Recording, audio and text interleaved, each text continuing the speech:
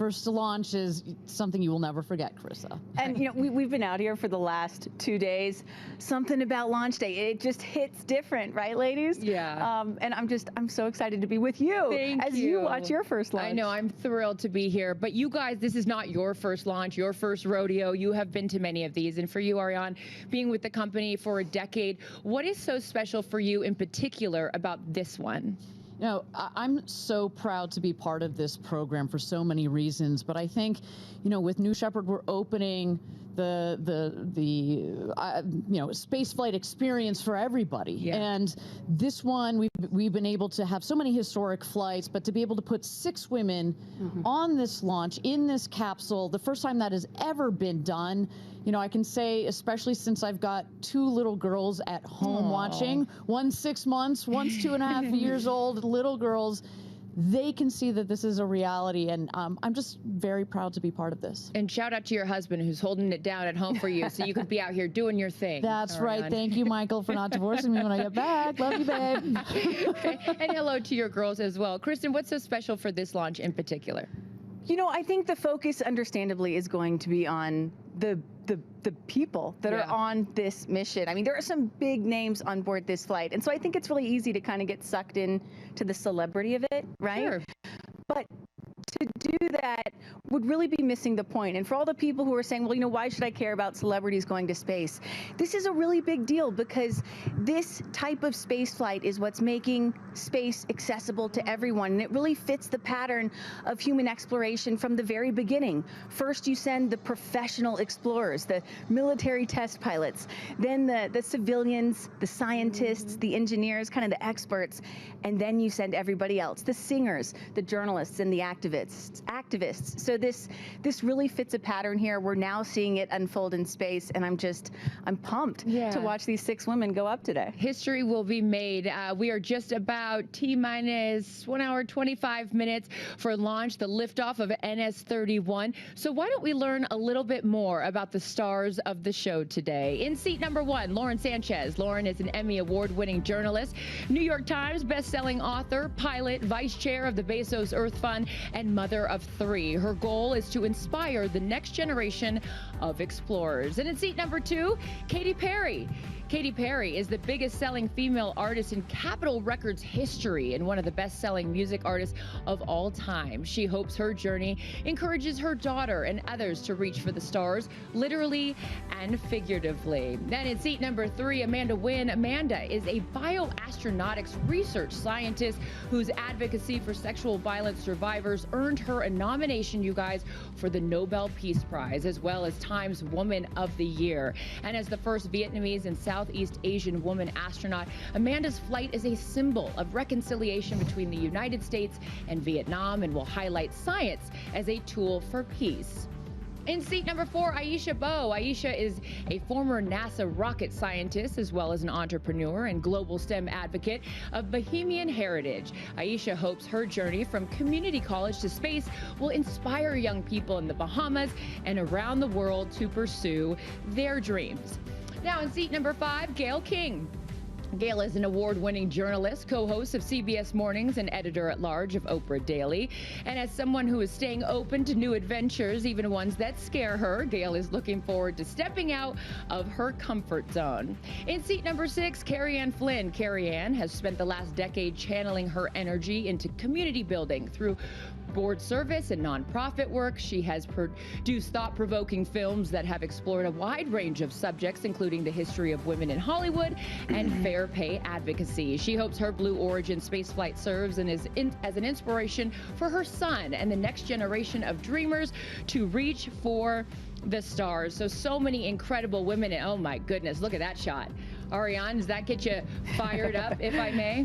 No, I love that. What you see is we'll have like excess propellants kind of burning off. That's okay.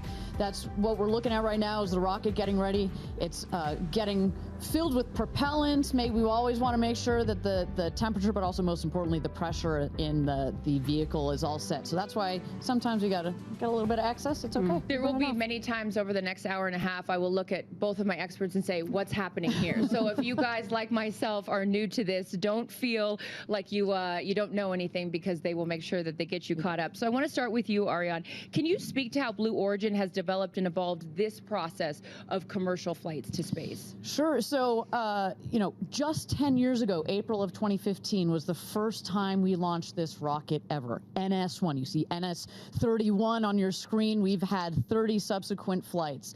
We used the first 15 of our launches to test the system. We wanted to stress it to its maximums. A lot more stressful flight profiles than what you're going to see here today, what these ladies are going to experience. We want to make sure that at Blue Origin we completely understood the entire rocket system, the capsule, and not just from a technical perspective, but also from an operational perspective. We want to make sure that our team is well prepared and practiced on this.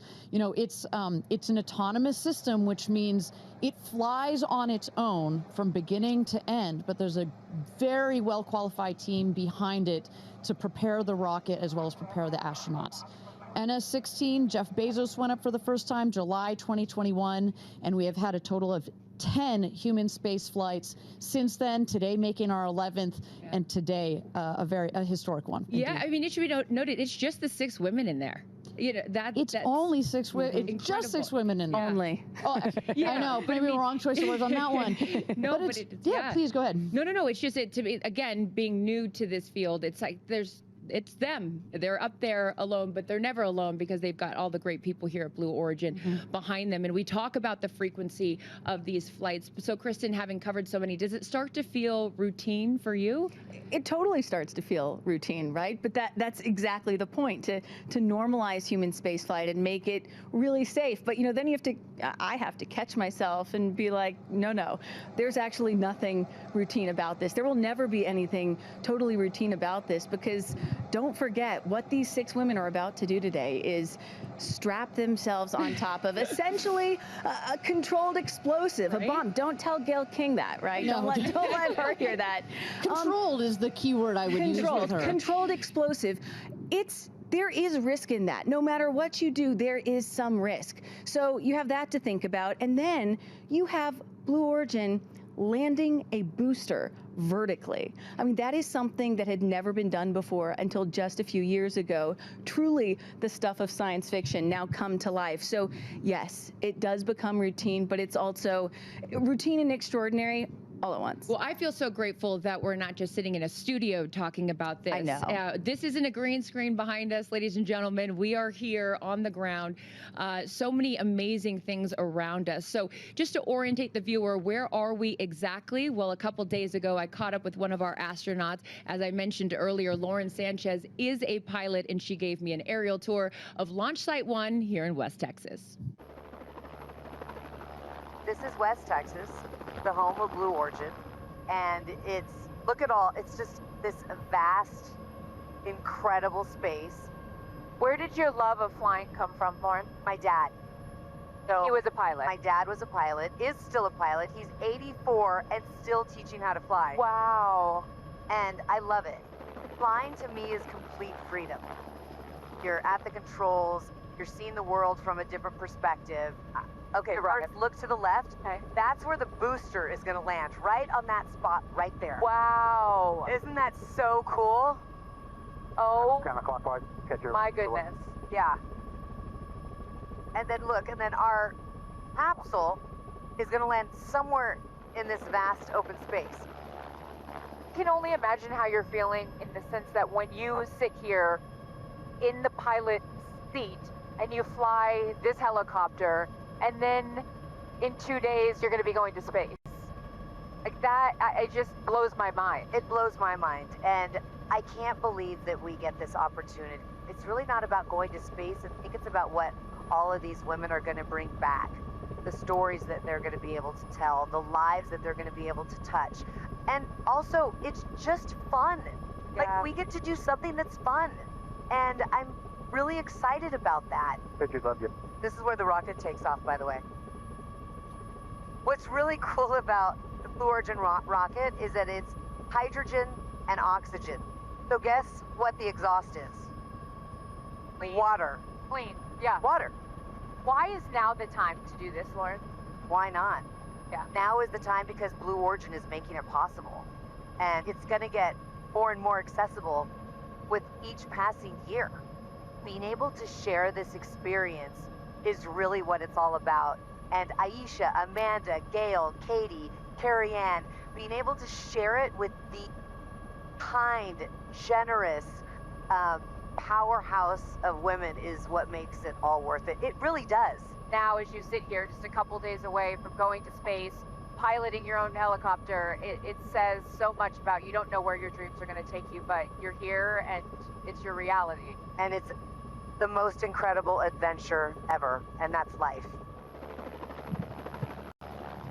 It's so impressive that she does that, and while answering my questions for an interview. So we will hear more from Lauren later on in the show. But right now, let's welcome in the fourth member of our broadcast team, Blue Origin's Tabitha Lipkin is over at the Astronaut Training Center. Tabitha, good morning to you. And I know that you got a front row seat there seeing the astronauts as they arrive bright and early today. What is the vibe of the new Shepard crew this morning now that the morning is finally here? Oh, there is so much energy here. In fact, I've already heard happy screams coming from inside the Astronaut Training Center. And these women are feeling all the feels, right? This is a very human emotion to feel energy, excitement, a dash of anxiety as you kind of teeter on the edge of history. But these women are all rock stars in their own fields, whether they are performers, storytellers, advocates, or engineers. So they are now bound together with this thread of this moment in time, just about to take off into space. Now, I had the immense pleasure, by the way, of getting to talk to these astronauts this past weekend when they were in all of the fields. And I want to actually highlight two different astronauts, Amanda Wynn and Carrie Ann Flynn. Talked a lot about what this mission really means for them. Who are you ringing that bell for? You know, all astronauts ring a bell before boarding our crew capsule, our spaceship, and it traces back to the nautical tradition of ringing aboard sailors. My family learned celestial navigation in order to find their way to freedom on that refugee boat.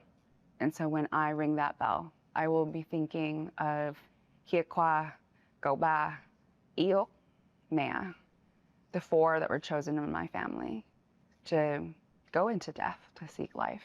What you think this will mean for women around the world, but also for sexual assault survivors? You know, when I fly, I'm flying, of course, to represent my community. I'm so proud to be the first Vietnamese, first Southeast Asian woman, and I'm also proud to be a survivor who is healing. You know, this journey really is about healing. It's just that my healing takes me to the stars, across the Kármán line. When I fly, I want all survivors to know that you will make it through. First off, who are you looking forward to once you come down being able to share your experience with? I'm really looking forward to sharing this experience with my mom. Growing up, she was a teacher. She put that on pause to raise her family, and then she was an entrepreneur.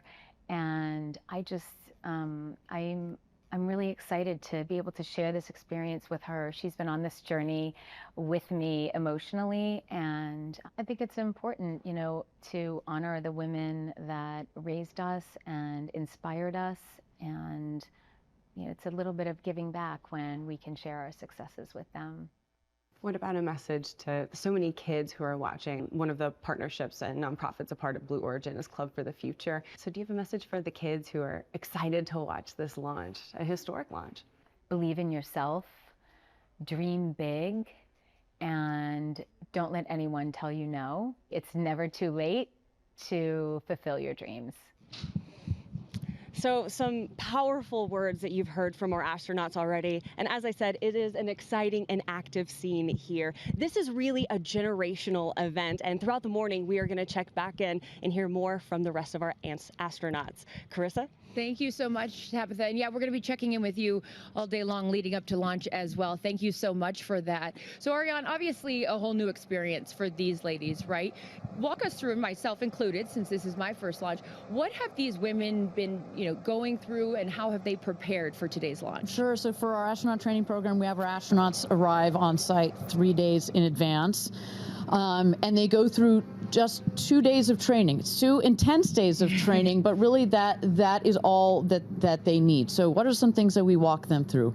What we call ingress and egress, just fancy words for saying how to get into the capsule, how to get into your seat, how to buckle your harness. That's really important. It's a 5-point harness, much like a race car harness.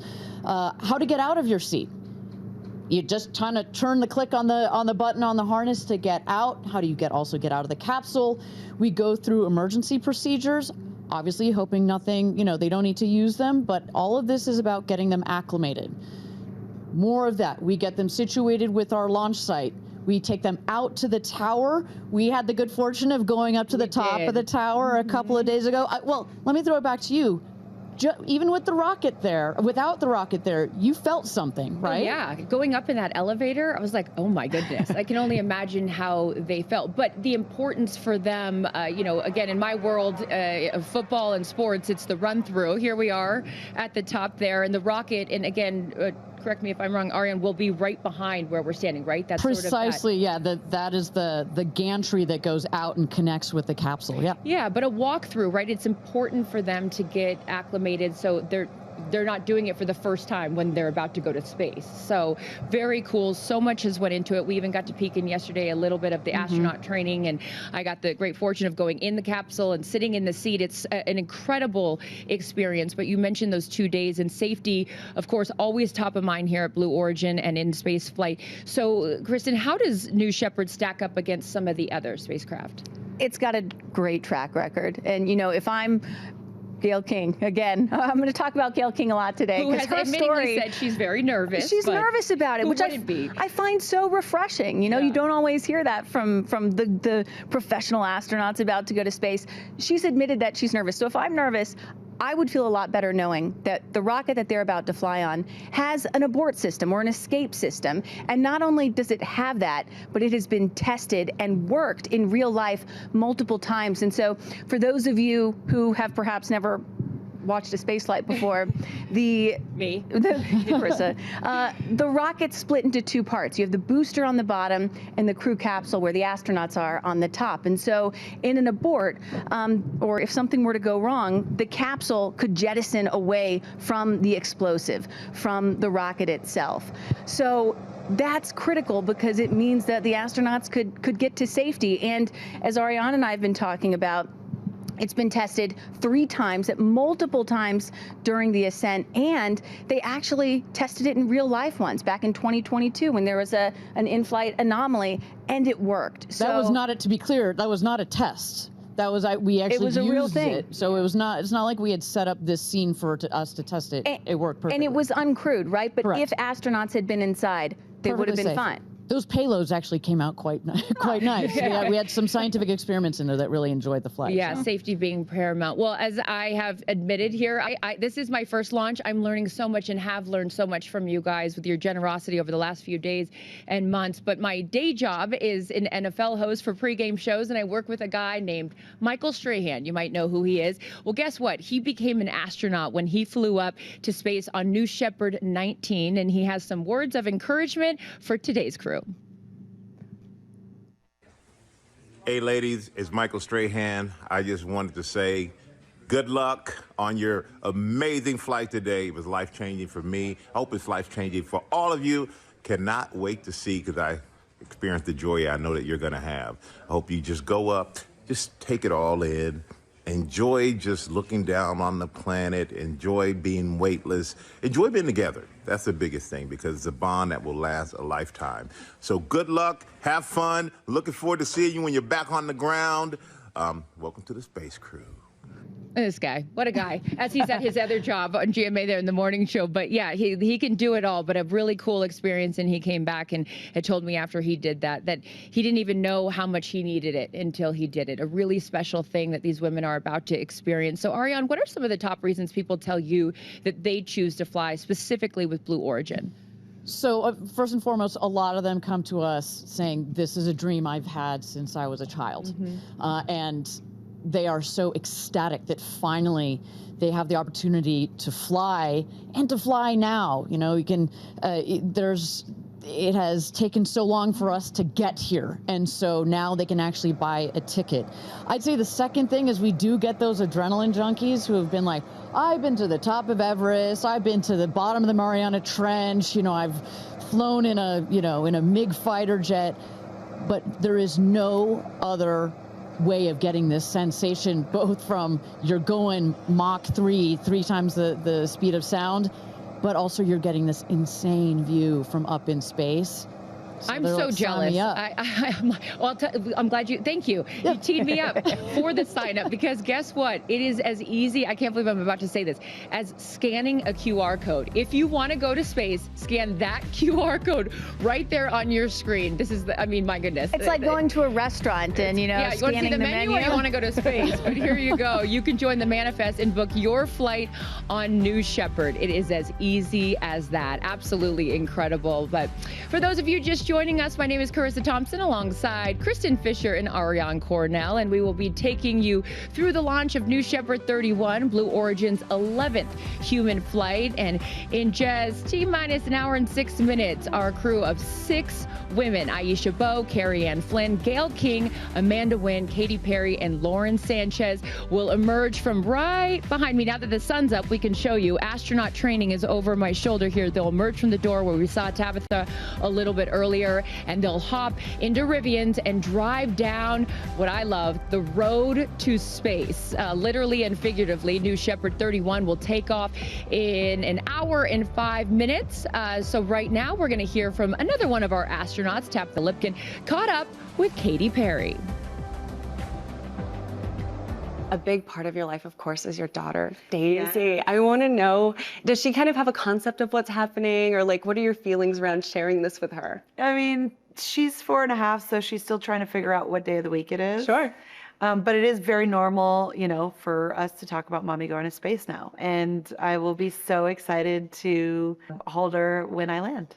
Do you have a message for your family in this moment? It's okay. Yeah, no stress.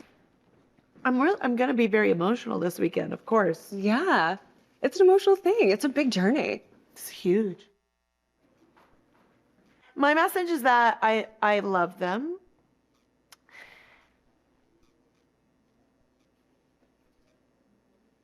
And I can tell.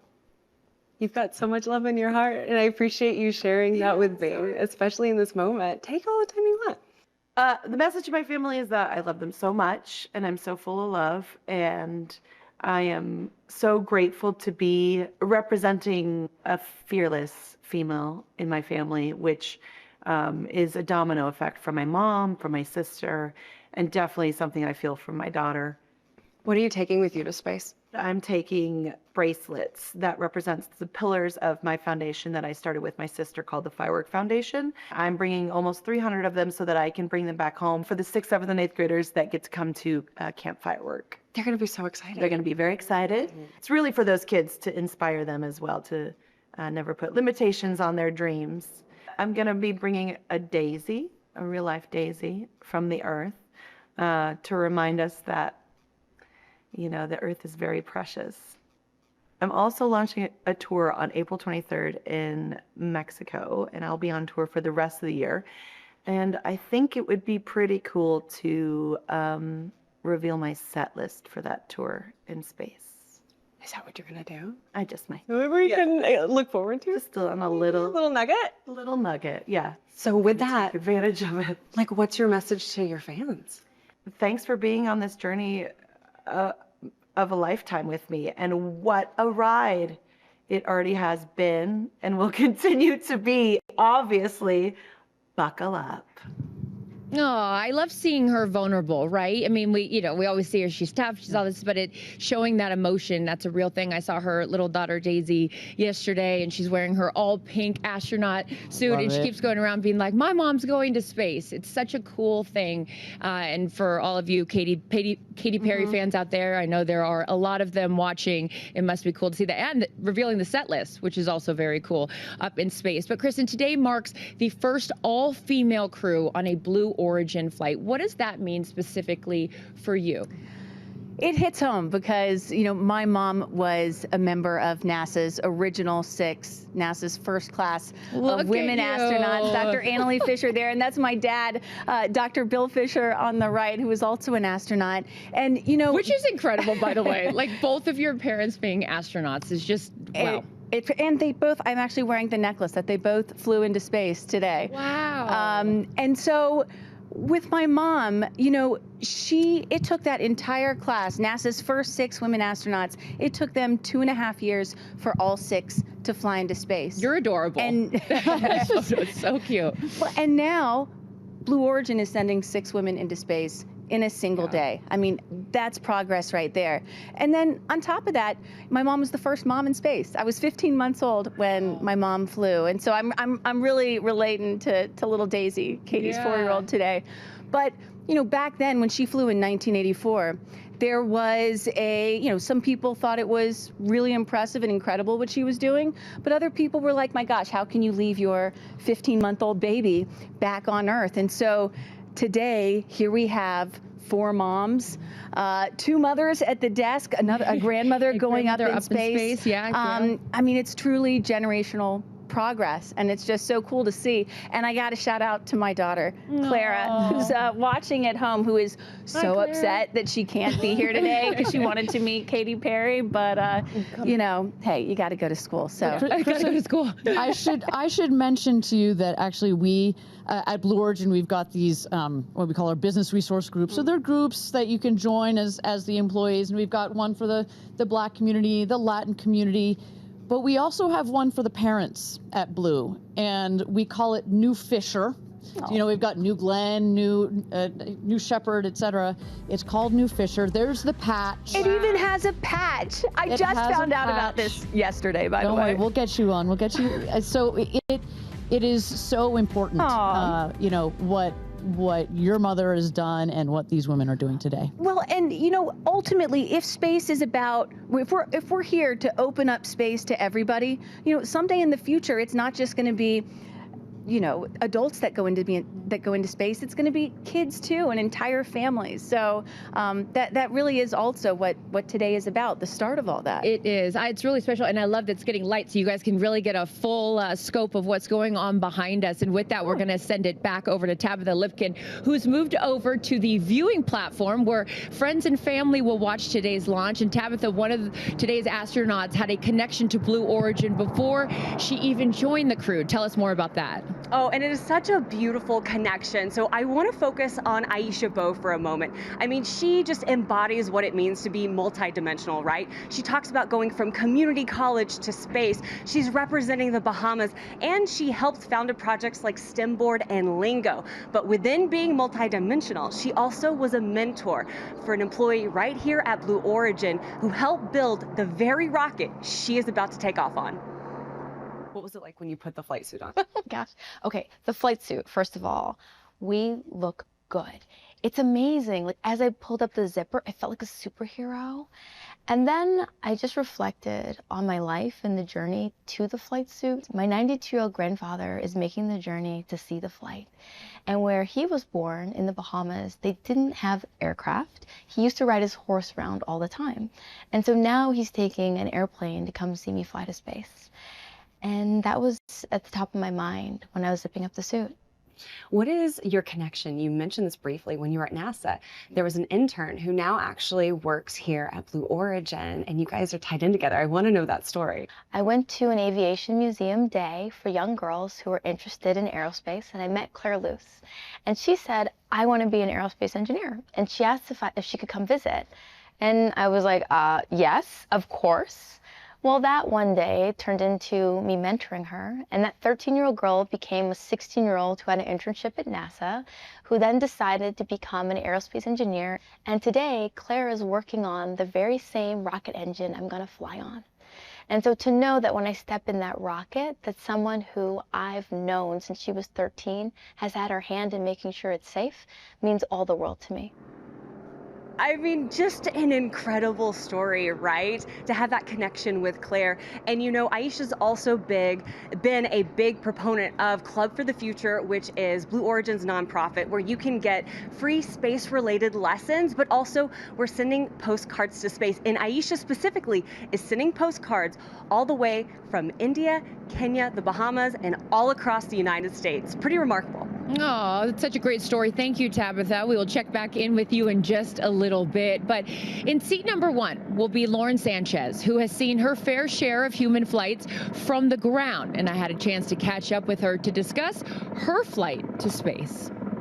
You know, we talked even years ago about the idea of you guys doing this, and now it's coming to fruition. So take me through that journey, the all-female space crew, sort of, and how we got from the idea to it actually becoming a reality. Space crew, can you believe it? Can you believe it? I can't believe it. I mean, it's really, I hear that and I have so much gratitude that we're able to do this.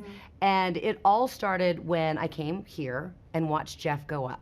He came back more grounded, more like alive. Which is interesting, right? You go to space to become more grounded when you come back down to Earth. It's so true, though. I always say, you know, it's not about going to space, it's about what we bring back.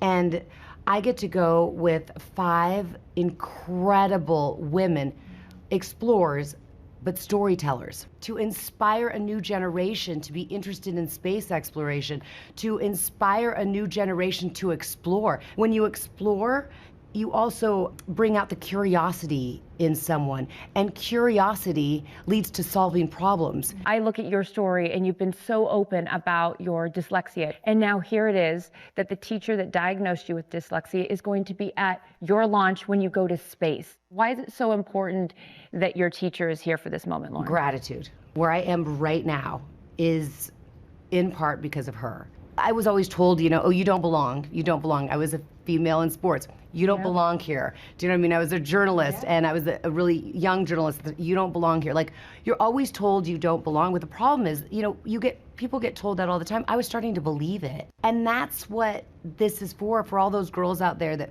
feel, or for anyone out there who feels they don't belong. If you're there, you belong there. I love that. Has Jeff told you what you could expect? What has he shared with you about his experience? He told me that it's going to change me more than I know. And I believe him. Yeah. He goes, I can't even explain to you how you're going to be changed, but you will be changed. What would you tell the little girl in the back of the classroom that is scared to go up to the front and do the class presentation or answer the question? What would you tell that little girl as you sit here just a few days away from going on this incredible adventure? It's okay to be nervous. It's okay not to be the best. It's just okay, and you belong here.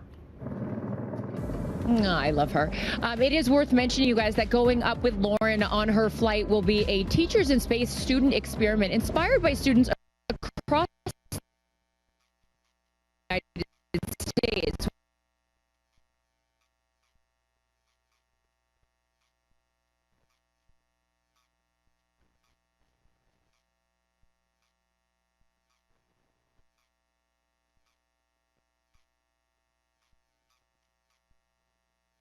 You explain to everybody watching for the first time, and someone like myself, how this is all going to go down today. Well, I think when most people think about going to space, they think about going up into orbit and actually orbiting the Earth. We're not going to be seeing that today. What we're going to be seeing is a suborbital. So total time for this mission, only about 10 or 11 minutes. And so it's going to start on the left-hand side of your screen. That is liftoff. Then there are 2 parts to this spacecraft. You have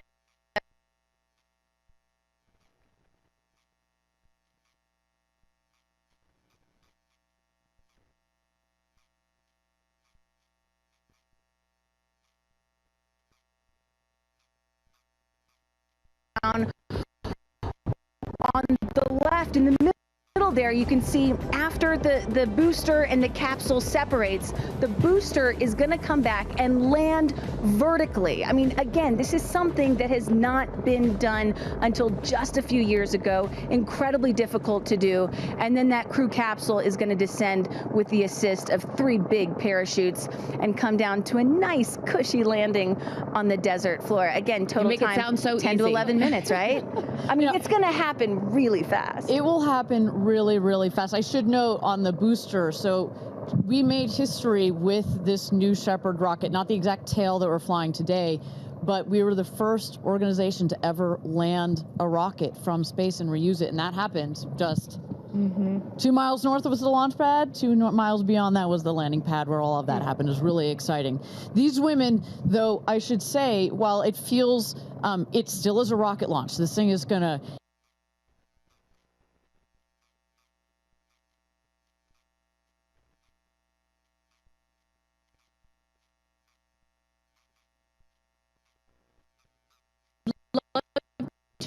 know what that feels like. So is it, do you equate it to you're in a roller coaster? I mean, walk us through how, my goodness, I guess we're just being told, look at that. Gail Our first just astronaut jumped into the Rivian right there. And what's load up the astronauts in the cars. What's going to happen next? Sure. So the astronauts, here you see Amanda coming out. Here There's they come. Lauren. Carrie Ann. So they're going to get, there's Katy and Aisha. So they're all going to get into the Rivians. Look at Gail bouncing up and down. She doesn't look nervous at all. She's ready to go. So they're going to get into the Rivians. They're going to drive just behind us. We can already see the friends and family starting to line the road to give them one last shout out. They got bells. They're going to be cheering along. They are going to then pass right behind us, right in front of Mission Control. Look at Katy. Look at Katy. Look, she is ready. And I should note, there's Lauren. There we go. For all of you just now joining us, this is the first time that we're getting to see our astronauts, or soon to be astronauts, in space, right? CEO and that's right. Jeff Dreamland of the Zerdians out to the other ones. See there. Backing up. That's Sarah. And air keeps striking because we're about to astronaut.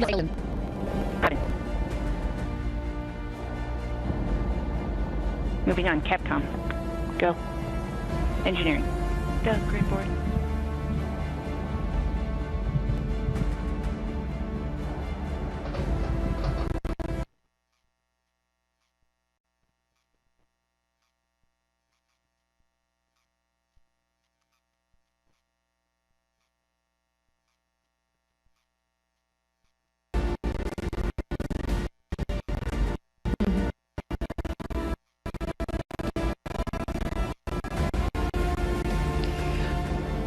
I love that. Katy with the final wave there as they load up. So,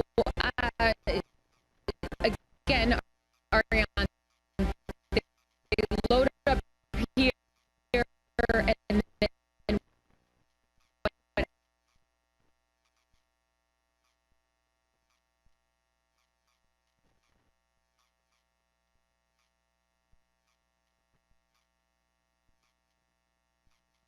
be taking care of them today. They're then going to take a left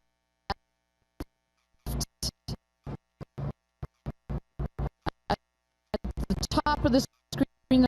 You saw the barn where we keep the booster. They're going to take a left there, and that begins the road to space. As mentioned, it's a 2-mile road that goes directly out to the launch pad. There you see the road. Around the launch tower, get out, take a very quick photo, and then get back in the Rivian.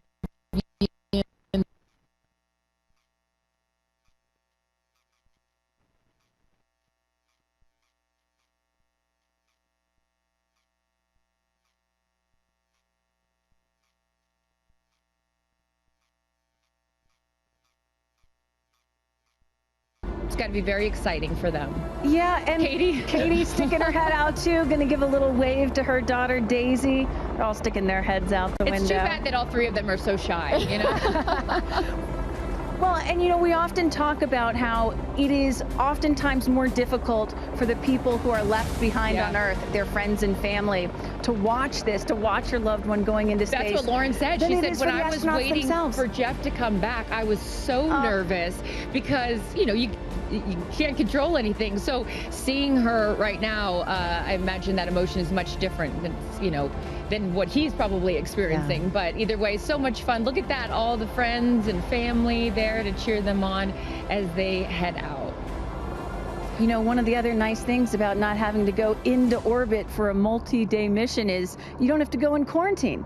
Right. You can actually be with your friends and family right up until the moment of launch. Such a good point. For those of you just joining us, Carissa Thompson, Kristen Fisher, Ariane Cornell, and Tabitha Lipkin here for coverage of New Shepard 31, Blue Origin's 11th human flight. You're looking at all the future astronauts, right? We can't call them astronauts yet until they've passed that Kármán yet. Well, Kármán line. Our crew are all female crew. Yeah, are soon to be astronauts. Soon to be astronauts as they make their way out to the road to space here in T-minus 46 minutes as we count down here.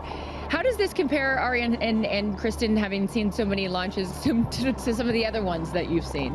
Well, I think to Kristen's point, you know, this is, you know, for let's say a NASA launch, you know, they have to be quarantined. You kind of wave from afar.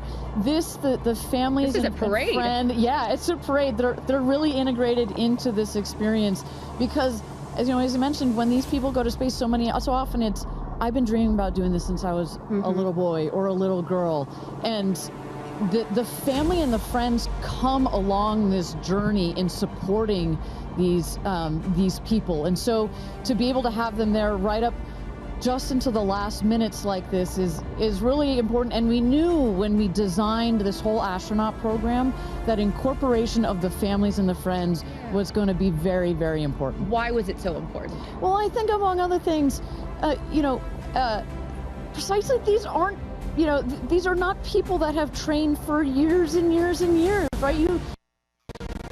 They are pretty normal people. They're not quite as elite, let's say, Kristen, as your parents. They're not fighter pilots. You've got people that are very normal, you know, like Gail has been very clear about her emotions and her nervousness. We want them to have the support and the love of their friends and family. And this is a moment that will change their lives forever. It is a moment, getting that chance to see the Earth from space is something that will forever change their perspective. They will come back slightly different people. And so for a moment like that, oh, and here they come. Yeah, as right they're by our stage. right over our shoulder here is our set as we wave to the incredible women here. And each crew names themselves, right, Ariane? So this crew has named themselves the 6 ladies, that are taking up space right here. Godspeed. Good luck. I love it. I love it. Well, I think what's so fun about this, to your previous point about this full experience and getting access to see them and send them up, it has to give them some comfort, right? I mean, you're going to do something that is so out of your comfort zone, that to see and to be around people that you know and that you love on your way out to the road to space is really special. And also just being here the last couple of days, you really have an appreciation that, yes, of course, the focus is on these 6 women, but I'd be remiss if I didn't mention the experience that I've had. Even you took us into mission control yesterday, and just meeting them. There's 10,000 employees here at Blue Origin, and all of the men and women whose lifelong goal it was to work at a company like this, and you know, all their schooling, and just some of the most intelligent people that you'll ever meet, and all the hard work. I mean, this is not a small thing that is happening, and all of these people have dedicated their lives to moments like this. And so I just want to make sure we acknowledge that this is such a group effort to put these women into space for the first time. I should say, you know, of all the interviews and press that I saw Gayle King do prior to this launch, one of my favorites was Mae Jemison, the first black woman into space. And she made a very clear point. She's like, there's going to be lots of emotions on, I want to say game day, on launch day. It is game day. On launch day. But there, you can see she's got tears in her eyes already. And just know that you have some of the, literally the world's most intelligent people that are taking care of you, that are watching this rocket, not just today, that the energy that has been put into this vehicle over the last several years, the several months that have been taken to plan this mission, and in the last final days and hours as we check the vehicle, we only send them out there and only send them up into space when everything is ready. We take this very, very seriously. And as Kristen said, yeah, this feels like it's getting a bit routine, but every mission is not routine for us. We make sure that we take it seriously. It is routine, I should say, but it is... That's a good thing. It's a good thing, and our team is paying attention, and no detail is missed on the day of. And there's a saying that spaceflight is a team sport. And, you know, it's not, there's so much focus on the astronauts, but it really is a team sport, and I think we really got a sense for that yesterday going into mission control. For those of you just joining us, Carissa, Kristen, Ariane here, Tabitha with the friends and family, and then we see the astronauts here. They have loaded up from the astronaut training center. They're in the Rivians, going at quite a speed, I will say, on the road to space, which what a is shot. Look at that really sunrise. beautiful. I was just going to say, which is such a beautiful shot there, the aerial view from our helicopters. But, you know, there's been conversation leading up to this, and I loved, Kristen, you had pointed out when you get asked, like, well, why do this? And you had said something that I thought was so interesting. It's like, well, then why travel? You know, you say it more eloquently than I There can. is, of course, criticism, right? Like, why should we care about this? Why should we care about your average person, even though these women are not average? Why should we care about them or celebrities going to space? Or why should we even be going to space, period? And my answer to that is, well, why do we travel? Why go to Paris? Why go to London? Why go to Japan? It's because it does something to you that's different than just looking at a photograph. You experience it in a different way, and it changes your perspective. It makes you a better person. It makes you understand other cultures and civilizations and other people. It makes you have more sympathy.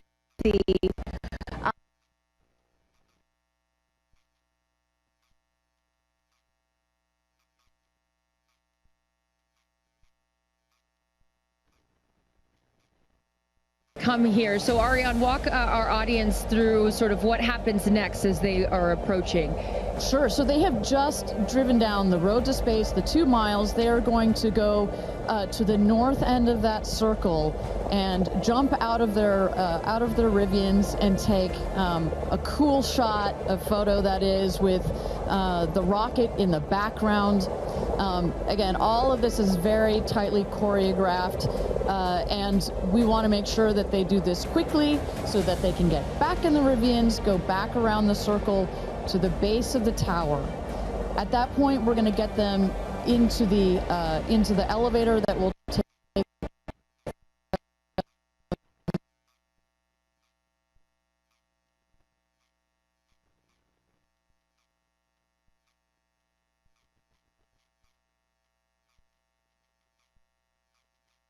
that they are ready to load the crew into the capsule itself.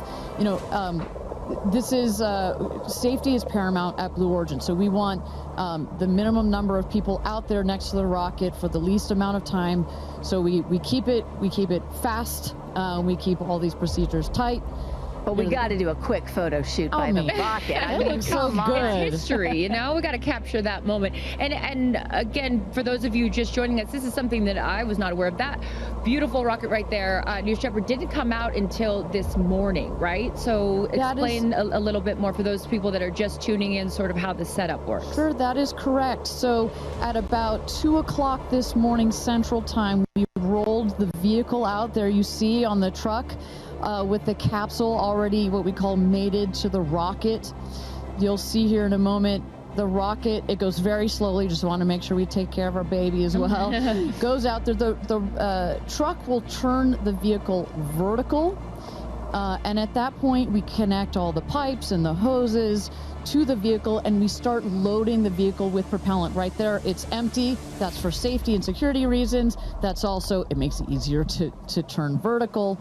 We'll load the vehicle with propellants all the way up to the last moment. We put in there, you heard it earlier in our webcast, liquid hydrogen and liquid oxygen. Those are the two propellants that fire into what we call our BE3 engine, our Blue Engine 3. And our team in mission control from that point on has got their eyes glued to their monitors to make sure that the propellants in the tank stay within bounds, within temperature bounds, within pressure bounds. As they make their way here onto, they'll take the elevator, right? They won't take the stairs. That is correct. Yeah. So we just inserted the elevator relatively recently. It makes it a little bit more comfortable as you're going up to the top of the tower. You know, we're at about 3,000 feet above ground level in altitude up here in a dry, dusty desert. We just want to make it a little bit easier for them. And it's worth noting, too, so the 6 women are headed up. We saw Jeff is with them as well, but also crew member 7. Explain to those at home who crew member 7 is. Right, it's like, well, if you don't mind, I'm going to use a football reference for you, Aaron. And we come, I called you Aaron like your girl. Sorry, oh my goodness. We're often confused.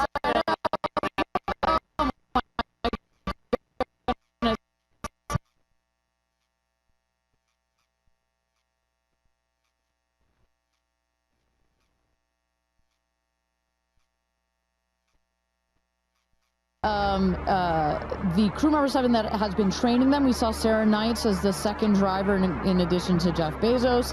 And then, a little confusing, we've got a second crew member 7 who is going to be on Capcom or Capsule communicator. Today, her name is Laura Stiles.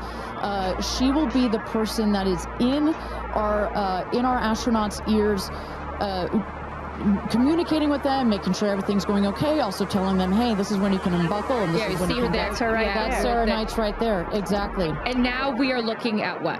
So now the crew, as well as you see Jeff Bezos there, have gone into the safety shelter, and we're gonna wait there. You see Sarah Knights on the right.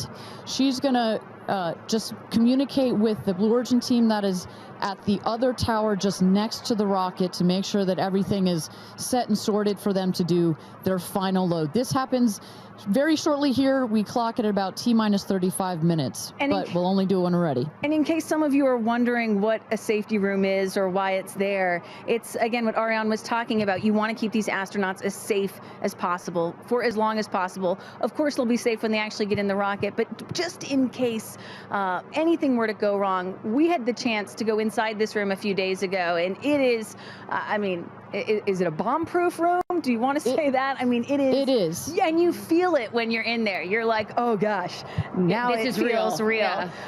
And after going up that elevator, you know, for us, I think that's the moment where we weren't even going into space, and all 3 of us were like, whoa, okay, it gets real serious. Yeah, but I love the access that we obviously have in being able to see these women before they go up. For those of you just joining us, we are T-minus 34 minutes to launch for NS-31, Blue Origin's 11th human flight. As you can see there, a little live look in as them saying some words before they take off. Yeah. So I know that we had started to expand upon it and then took a shot of the astronauts. So what will they feel? Sort of walk us through the physical part of what they'll experience, Ariane, once they are in the capsule. So once they're in the capsule and they're ready for takeoff, first they'll hear the engine when it ignites. It sounds like a pop. Everybody, listening will also hear that. It sounds like a pop, and the engine roars. We hold the rocket down for about 7 seconds. Make sure it's all ramped up. And during that period, that can actually be one of the most, frankly, nerve-wracking times, because you start to, if you're in the capsule, you start to see the glow of the flame And here they come. Here we go. Loading into the capsule. And the significance here of the bell, and I should note before I have you explain that, each crew names themselves. They have named themselves the 6 taking up space as each one is ringing a bell. And the significance of that is what, Ariane? This is one of our traditions. All astronauts throughout history in various programs have had their traditions. For us, we always want our astronauts to ring the bell. Above there, you see "light this candle." Those were the last words that Alan Shepard said right before he went to space. Alan Shepard, of course, the namesake of our vehicle. He was the first American into suborbital space. And we just like to let the stars know that we've got some people heading their way. Absolutely. As they load in, I will, in my world, we call it an audible here. Just if we have any sound from mission control or anything, I'd love to take a peek at what's going on in there and just give the folks at home some idea of what's happening there. There we go. There we go. So we don't have sound of it, but we can see all of the brain behind this beast. But I could tell you, Carissa, other than a couple of discussion points on the radio, honestly, it's about this quiet when you're in there. Really? That surprises me, because you would think, like, you know, in a control room in TV, it's a chaos, right? In the best way, but in there, it's quiet. And honestly, chaos is, quite frankly, the last word I would use to describe our mission control. This team, they're working through very specific procedures on a very specific timeline. They've done their own rehearsals over and over again. We also want to keep the communication line open if anything, you know, if anybody's got to call it out. But it is a very well choreographed.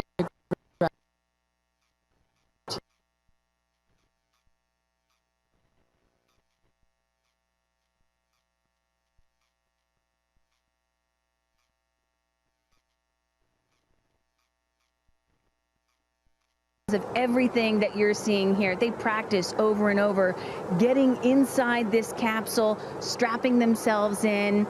And, you know, one of the biggest things that they have to remember to do is when they get those, remember, they only get 4 minutes of weightlessness, 4 precious minutes.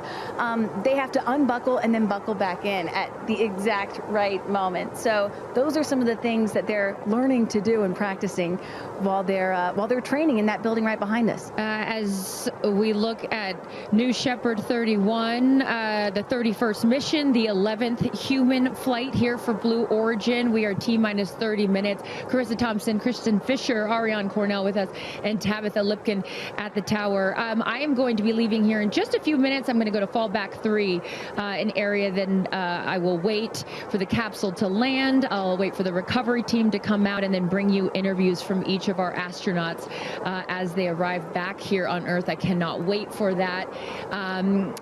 Again, we've seen them load now into the capsule, and I just would love, you know, some more play-by-play, Ariane, of sort of what now this process looks like, as it's all new to me. And for any of you that are also joining us for your first launch, welcome. And now we'll let the experts tell us what's going on. So you saw them loading. You saw them loading into the capsule. They are getting into their seats. They're getting into their harnesses. It's a 5-point harness, so clicking them all in. All right, we're hearing that Capcom right now. Sorry to interrupt you, Ariane, which is short for Capsule Communicator, and ready to do the astronaut comm check. So let's take a listen. Laura Stiles has the mic.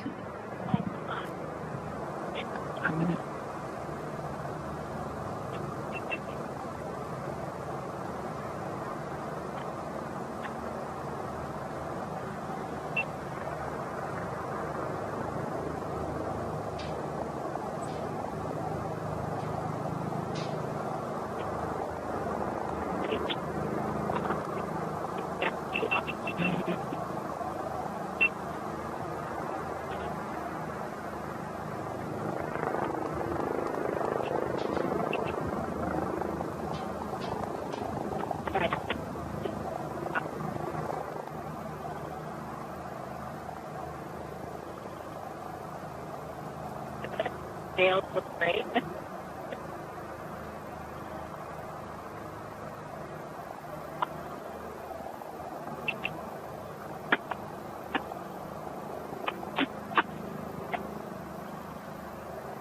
Right.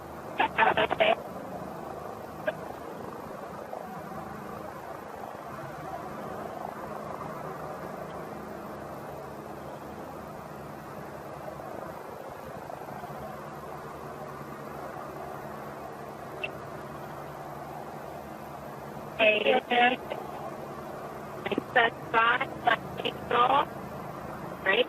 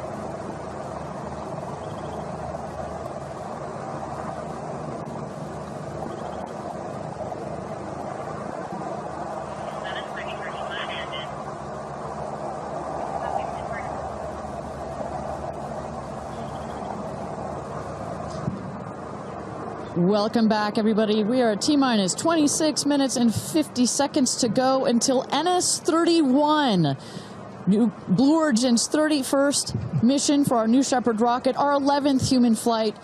I'm Ariane Cornell here with Kristen Fisher at the desk. Carissa Thompson has left to get into place for her viewing spot for the launch. We are waiting on Capcom, or the Capsule communicator, to run the comms check with our astronauts. But Kristen, we were just talking a second ago about, you know, what's going on here. You see our crew member 7, Sarah Knights, who's coming out of the capsule there. She has helped load our crew into the capsule, has done just a double check, making sure those seatbelts are nice and tight, as well as made sure that the earpieces and everything are set for our astronauts. I should note, just as we give kind of a beautiful, we got this beautiful aerial shots this morning of the rocket. We have these sunshades you see on the at the top of the capsule, that kind of white square. We've got one there in the foreground, and coming around you'll see another one on the back. Those windows are so large that it can kind of act like a greenhouse in there, and especially down here in the West Texas desert, it can get a bit toasty in there. So we've got some nice sunshade for their comfort. And I love that we can see some of the crewmates inside the capsule as they're getting strapped in. I think you could see Lauren Sanchez right to the left of the hatch right there from that camera shot. So pretty cool that you can see them this close to lifting off. Most you know, Ariane, I have to say, I might break in. We got experience. Jeff Bezos here. Yep. I'm so excited for you. I don't want to get off. I want to go with you. And when you get back, I can't wait to hear how it's changed you. I love all of you. See you soon. Godspeed. Gudatum Ferociter. And there you heard it. Some words of support from Jeff Bezos, founder of Blue Origin, also astronaut himself from our first launch.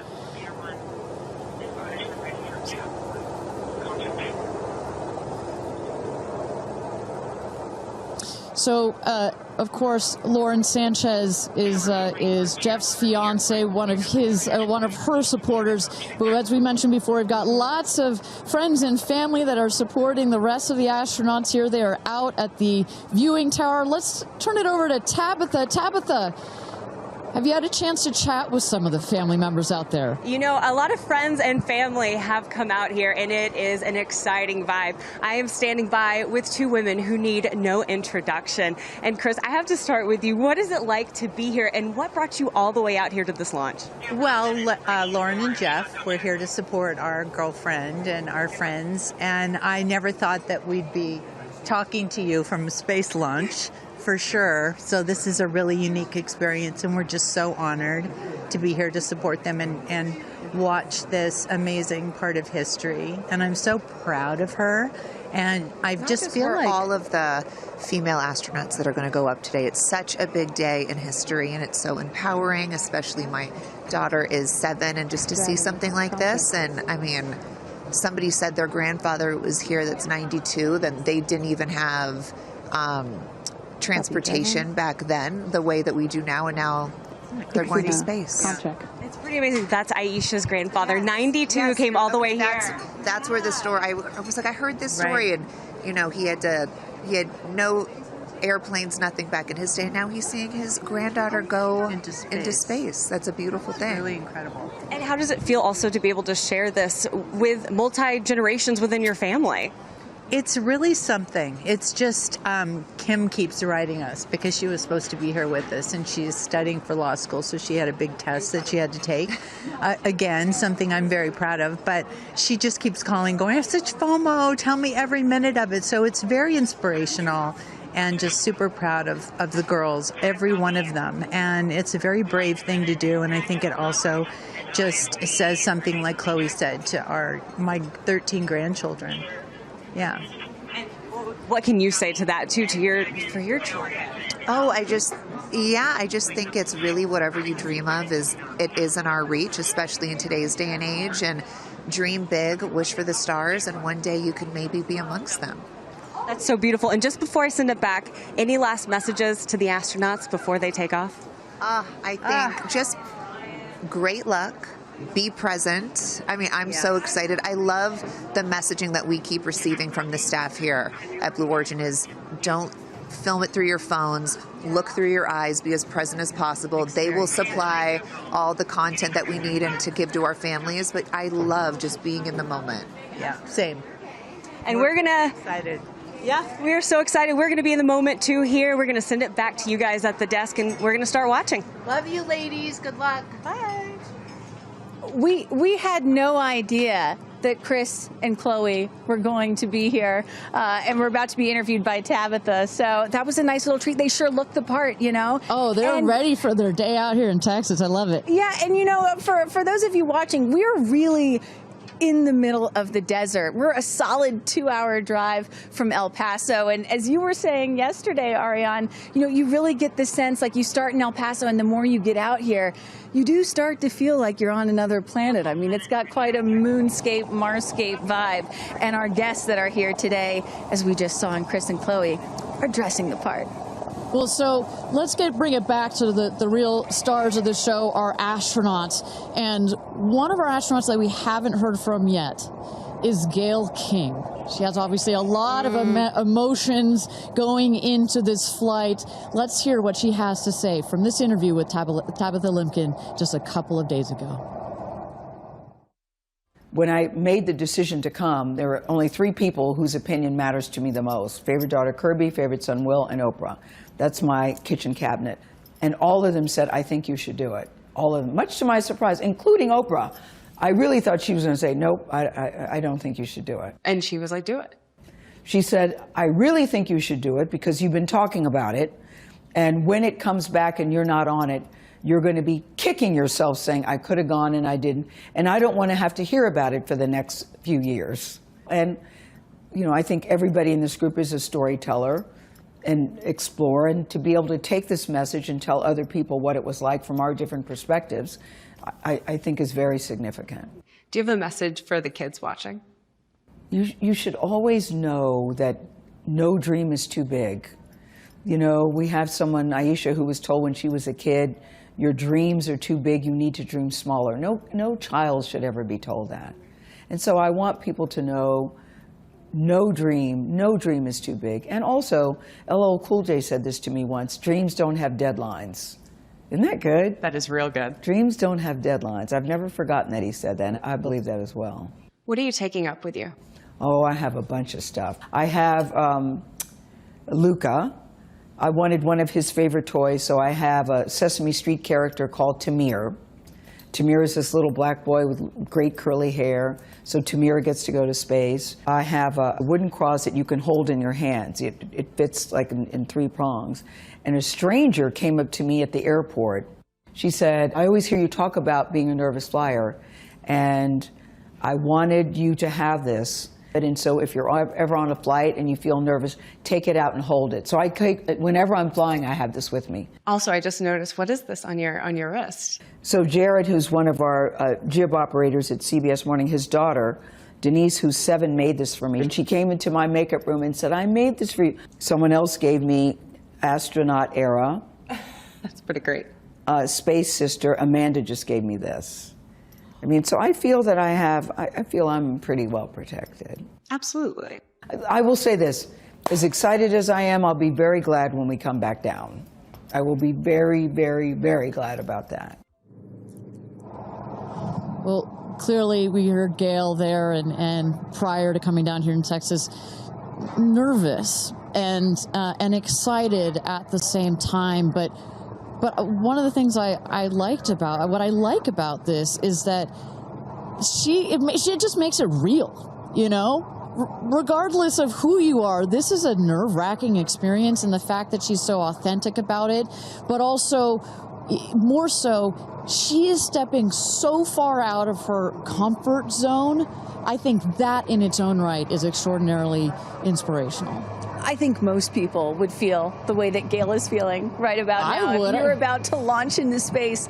You know, one of the things that I find so refreshing is that, you know, back in the early days of human spaceflight, you had the Mercury astronauts, and they were all white male military test pilots, and they all had to have the right stuff. You could never talk about nerves or being nervous or your feelings or stuff like that. That was the wrong stuff.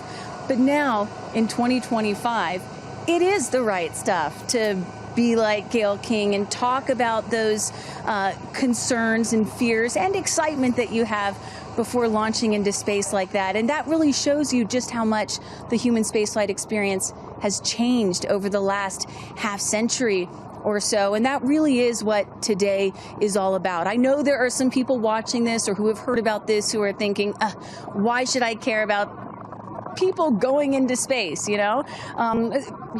Katy Perry, a famous pop star. Why should I care about that?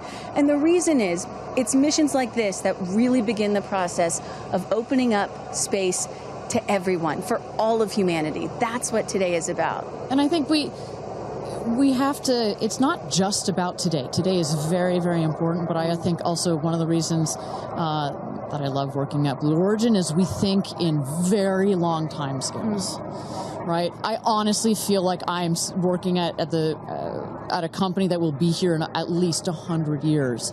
And that's how we think about spaceflight. Oh my gosh, look at that cute little kid. She is ready to go to space too. Aww. I absolutely adore that. But we need to be here precisely for kids like that. You cannot, I'm a firm believer that you cannot be it if you can't see it. And that's what this flight is for. It's about inspiring women. Oh, look, talk about inspirational women. Several female astronauts in that group right there. How many astronauts do we have there? I see 4 or 5? At least 4 or 5 and counting. It's a tight group that's only going to get bigger of those female astronauts there. You see Kelly Girardi and Cyan Proctor. I see Emily Calandrelli, Sarisha Bandla. I mean, just an incredible group of women that have gone to space already. And after today, in just 15 minutes, we are going to be adding 6 more to that group. It's getting close, Ariane. It is getting close. So with that. Thank you again, everybody, for joining us for NS-31, our 11th mission, human spaceflight mission to space here. We are at T-minus 14 minutes and 30 seconds, just to give you a little bit of a preview of what is to come. At about T-minus 10 minutes, we are going to have the go, no-go poll. We're going to throw it back to mission control audio. And basically what that is we go through each of the important subsystems, and our flight director, shout out to Michelle Christensen, our flight director, our first female flight director at Blue Origin. She is going to lead that poll, and we're going to go to each one of the groups and say, are you ready to go for this flight? Is your subsystem ready to go for this flight or not? And they will go around the room, and with the final go, no go, it will be game time here in West Texas for this launch. Look at that. Now, This child is a little younger than you were when your parents went to space. A little bit older. Oh, excuse me, a little older, Yeah, pardon me. because I was just 15 months old when my mom flew in space. And, you know, I think about what it must have been like for her to be a first-time mom and training for her first space flight all in 1 year. And she was a part of NASA's original first 6 women astronauts alongside Sally Ride. Of course, it took them, those first 6 female NASA astronauts, 2.5 years for all of them to fly into space. Now, today, Blue Origin is going to send 6 women into space in a single day. I mean, that's pretty cool right there. Incredible perspective. Also that, was your mom like just 6 months? You were just 6 months old when she started training? She was assigned to her first space flight when she was 8 months pregnant with me. Can you imagine? God, I have a 6-month-old. I can barely fly down to West Texas from Seattle. She gave birth to me on a Friday and was back in the astronaut office on Monday. I don't recommend doing that. As a mom of 2 myself, you're a mom of 2, I probably wouldn't do that. But respect. She did, you know? Respect, that's huge. But I've asked her, I'm like, why did you do that? You know? And she said, because I felt I had to prove something. I felt that I had to, you know, pave a trail for women to come. And so as I'm sitting here today, I'm thinking a lot about what she did, the sacrifices she made to make what's happening today. Again, it's not normal. Human spaceflight will never be normal or routine, but this is the beginning of making this kind of travel. We got 4 moms on board, a grandmother, making these types of people going into space very routine. Now, talking a little bit about that, getting back a little bit into the flight profile and what they're going to feel as part of this now routine flight. So the 6 astronauts are currently in the capsule right now, all strapped in, ready to go. Their audio is working. We are waiting for the T-10 here for the go no go poll. At T-0, you guys are gonna, all of us will hear the pop. That's the ignition of the BE-3 engine. It holds down the rocket for about 5, 6, 7 seconds. Inside the capsule, they'll start to see the glow of the flame, and then they will lift off. They will take off. They are in a somewhat reclined seat, and they'll start to feel the G-forces on their body. And so kind of like sitting in a car that's accelerating, it pushes you back against the seat. That's the same here, except they're going up. They will accelerate to they'll have 3 Gs. So here on Earth, we're at 1 G.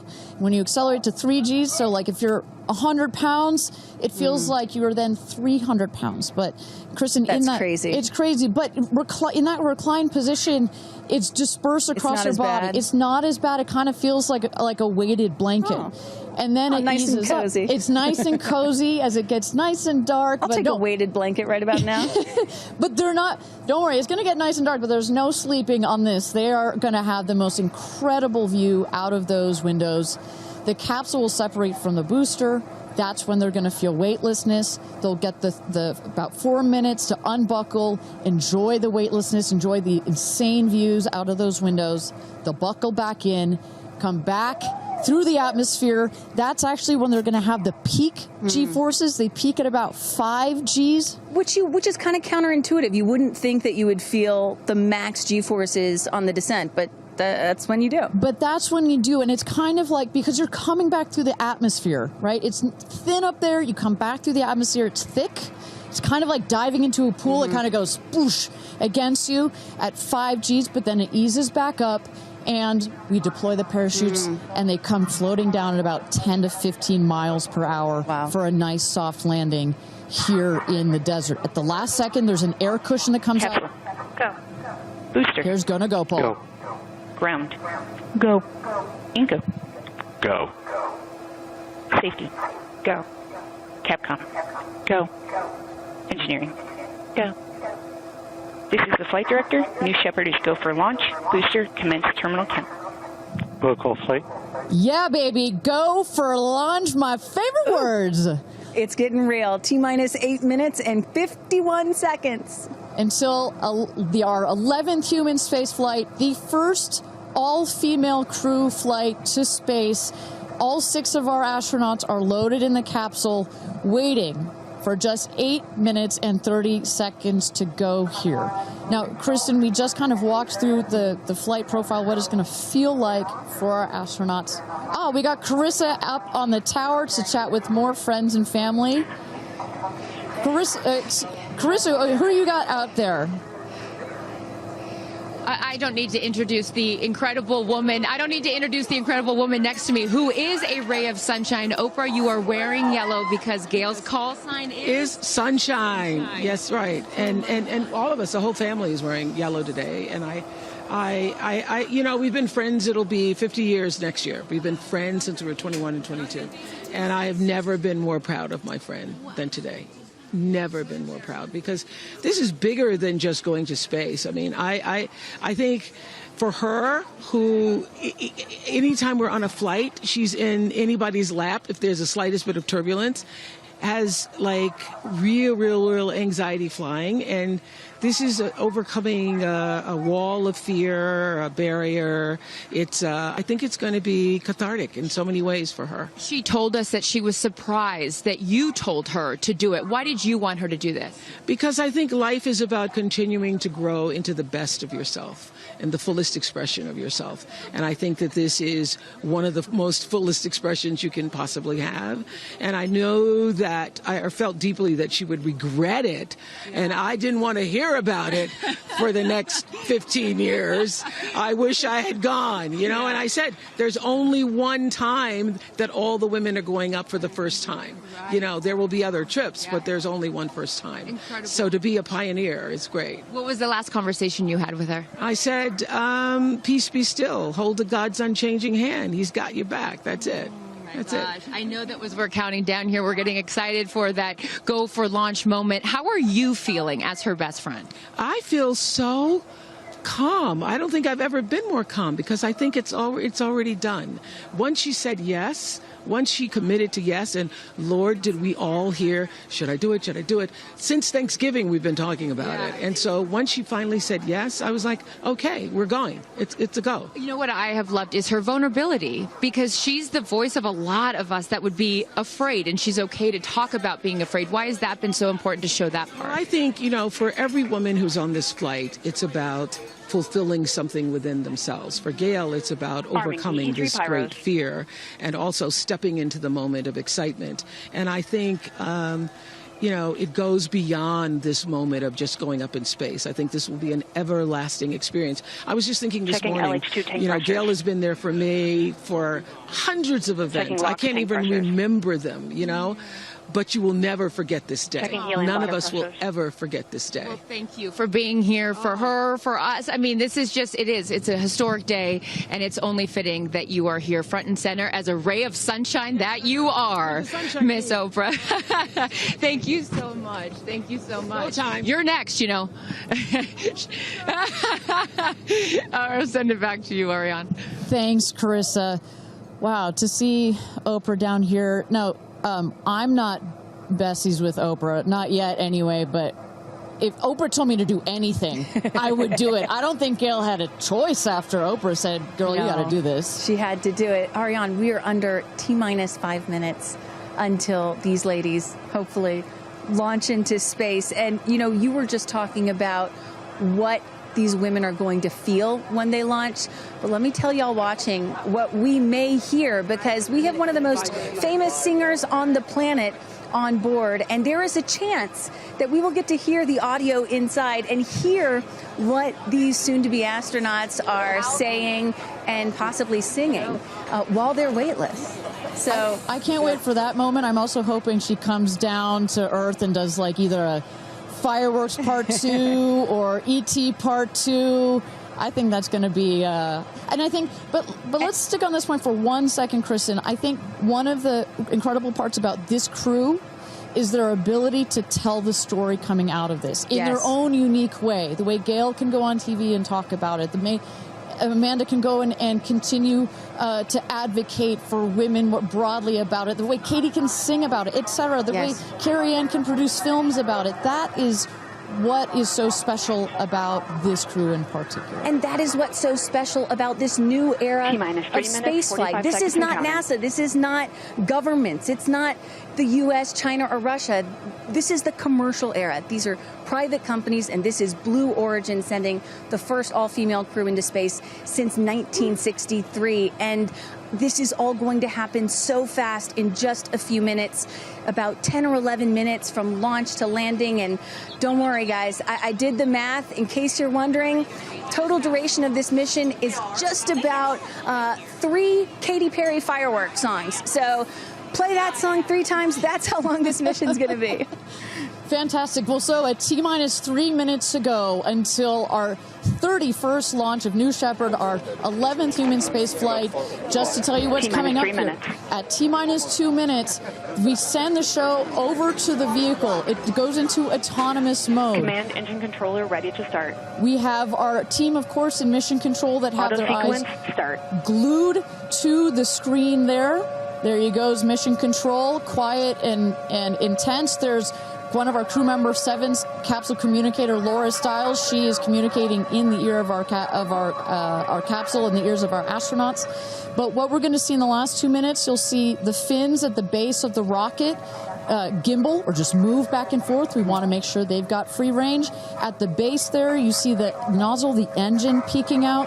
The engine as well is going to gimbal, going to move. Both in conjunction together, those two Pressing propellant systems. tanks to flight pressures.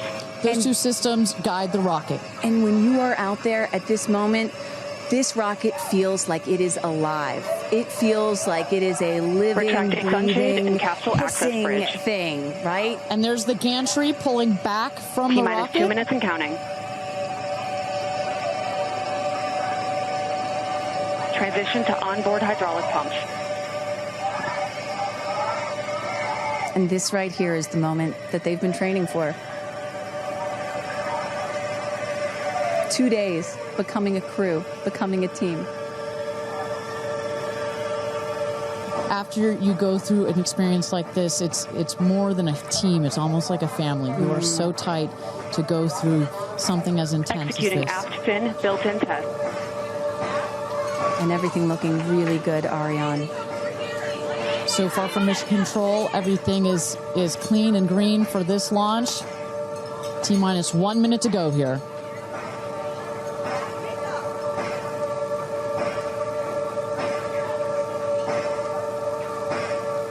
Engine thrust vector control built-in test in work. Vehicle is now on internal power. So in a moment here, we'll see those, what they call the bit checks, the built-in test checks.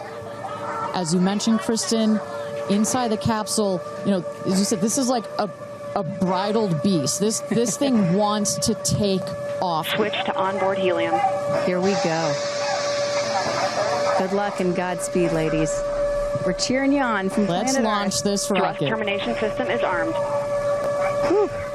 T-minus 22 seconds and counting.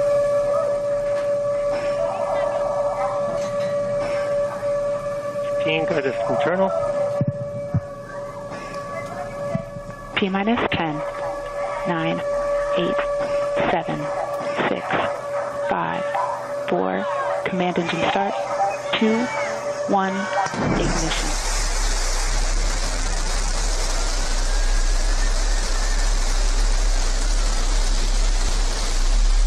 Liftoff. New Shepard has cleared the tower.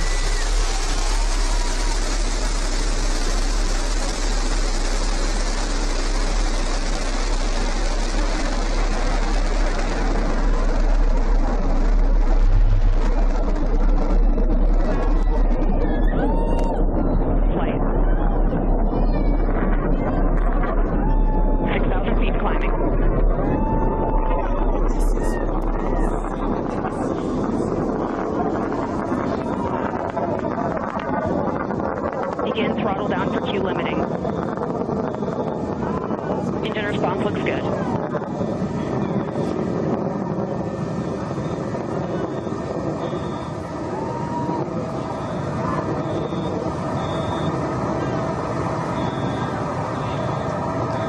Max Q, maximum dynamic pressure.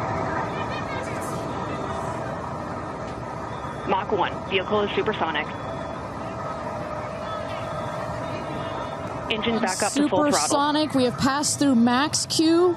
Maximum dynamic pressure. That's when the vehicle, the stresses between the atmosphere and the speed are at the maximum. So to punch through that is so important. You see the BE3 engines is firing beautifully. You see the stream of steam behind it. Those ladies right now are having an incredible view on their way to space.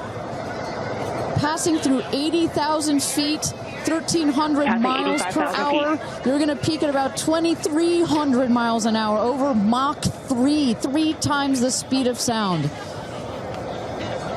Shortly coming up, we'll have MECO, main engine cutoff. We will turn off the engine, but the two craft, the capsule and the booster, will continue their ascent to space. Stand by, MECO.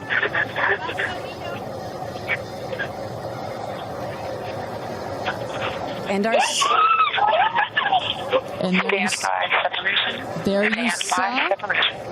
the main engine is turned off. We're now going to separate the capsule from the booster, and at that point, Kristen, that's when all 6 astronauts are going to start to feel the weightlessness, and shortly thereafter, we're going to let them unbuckle. And that right there is the most critical milestone of this whole ascent. Oprah watching her best friend go to space.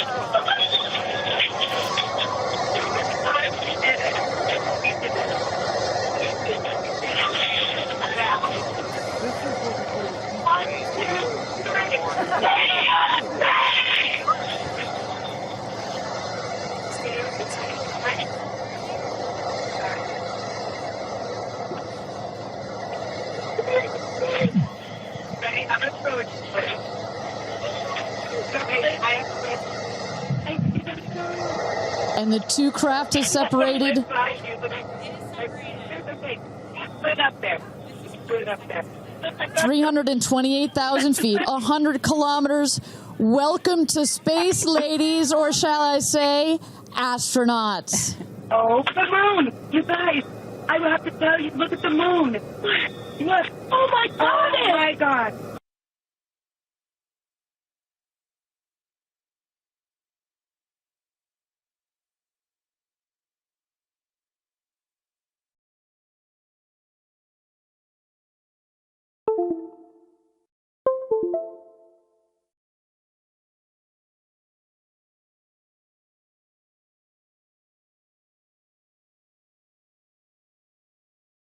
Over the Kármán line. Wow.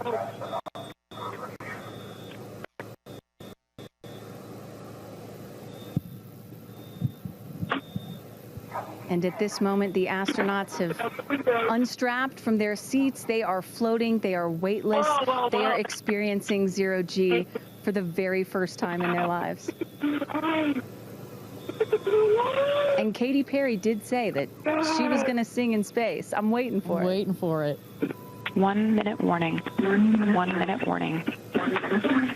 So that is Capcom indicating a 1 minute warning for our astronauts to take in those last views before they get buckled back into their seats. At this point, both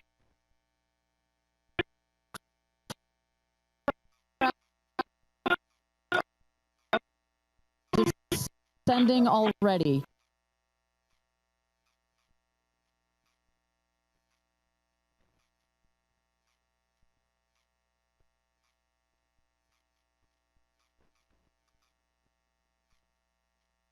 Oh my God, guys, wow, so peaceful up here.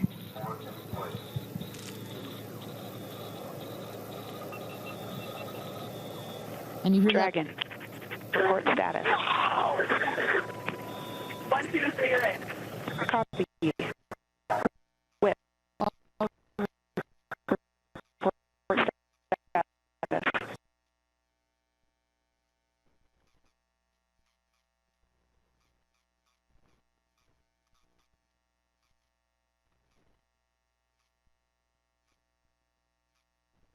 the rocket will beat the capsule to its landing spot just 2 miles north of where it's taken off from. At the top of the rocket, you see a couple of fins that have popped out. Those are to stabilize the rocket as it comes into land. Shortly thereafter, you will see the drag brakes that deploy that will cut the speed of the rocket in half. And then in the last moments, and there it is. We can see it from the stage. There comes the rocket down. It's going to relight its engine. We're going to also see a sonic boom. We're going to hear that shortly here.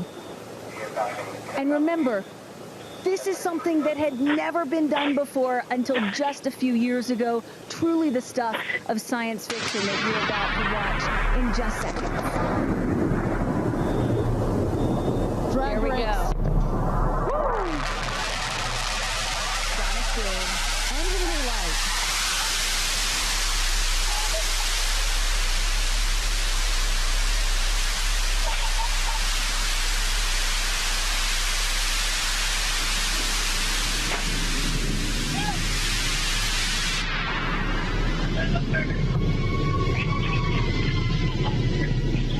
And booster touchdown, welcome home, New Shepard.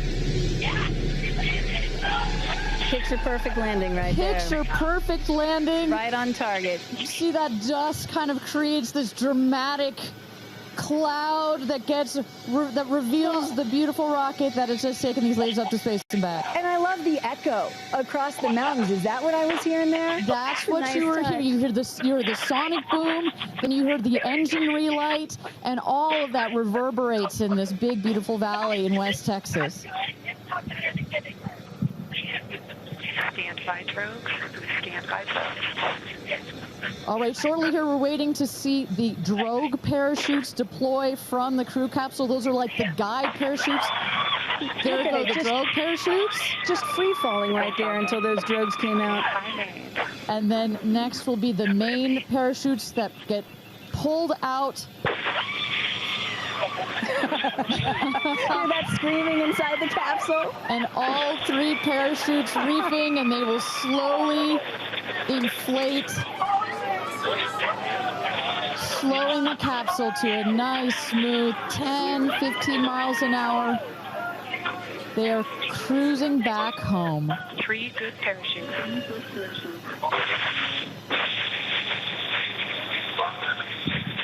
And I tell you, Kristen, from having gone through all of the simulations, I have gone through all of the training. They put you in the capsule that simulates all of this, including the sounds, and when you hear the motors of the parachutes pop out, that is the best moment in flight. Because I know Blue Origin does everything they can to make this as safe as possible, and y'all have an impeccable safety record, but it still has to feel really good when you know that you're coming back to Earth with those parachutes fully deployed.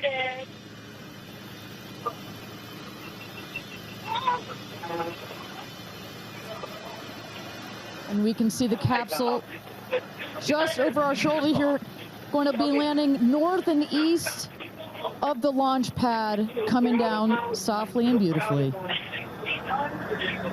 500 feet.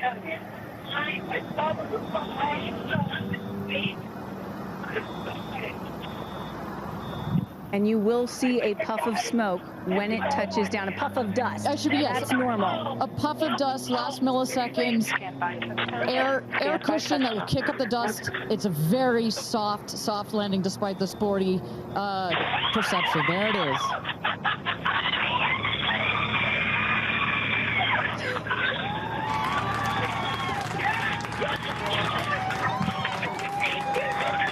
Touchdown. Congratulations and welcome back to Earth. Do status check. Double shot. Kristen, just some incredible images there. The capsule. Copy. Welcome back. Heather. Nice. Let's wait for Aisha just a moment here. Make sure they're doing health checks in. Beautiful. Dragon.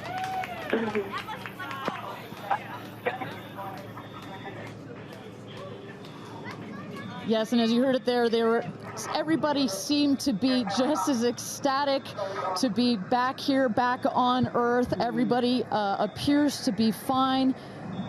Beautiful shot there of the capsule down in the desert. As we were just saying, it looks like a tough landing, Right. but it is an air cushion in the last milliseconds that just makes it even softer. I will also note the parachutes landed very close to the capsule. That's just an indication that there's not very much wind out here today. A beautiful day for a launch and landing. A beautiful day to add 6 more names to the roster of astronauts that have been over the Kármán line into space.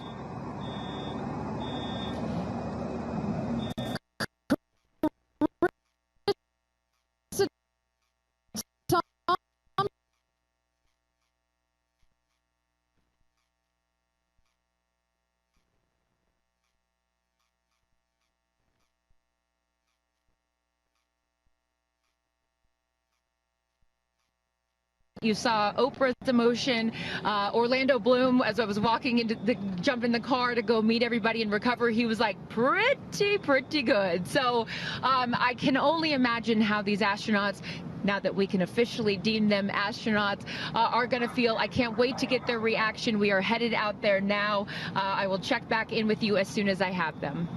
Sounds good, Carissa. And as everybody can see, she is...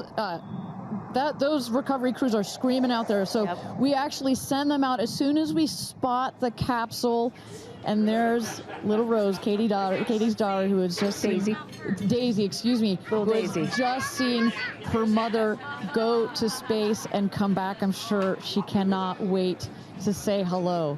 So, but as I was mentioning, the recovery crew is heading out there. We send them out as soon as we can see the crew capsule and spot the crew capsule descending. There will be at least 2 trucks that go out there. What you'll see is they will come around the capsule. We also have crew member 7 who's in there.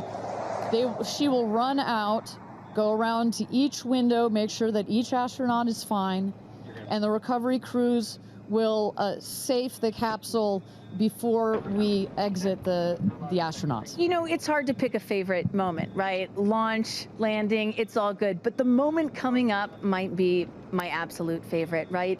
It's the moment the recovery team gets out there, then all the friends and family, and we get to see the astronauts emerge from the capsule, and we get to hear what they thought from the last, 10 minutes or so that they were up in space.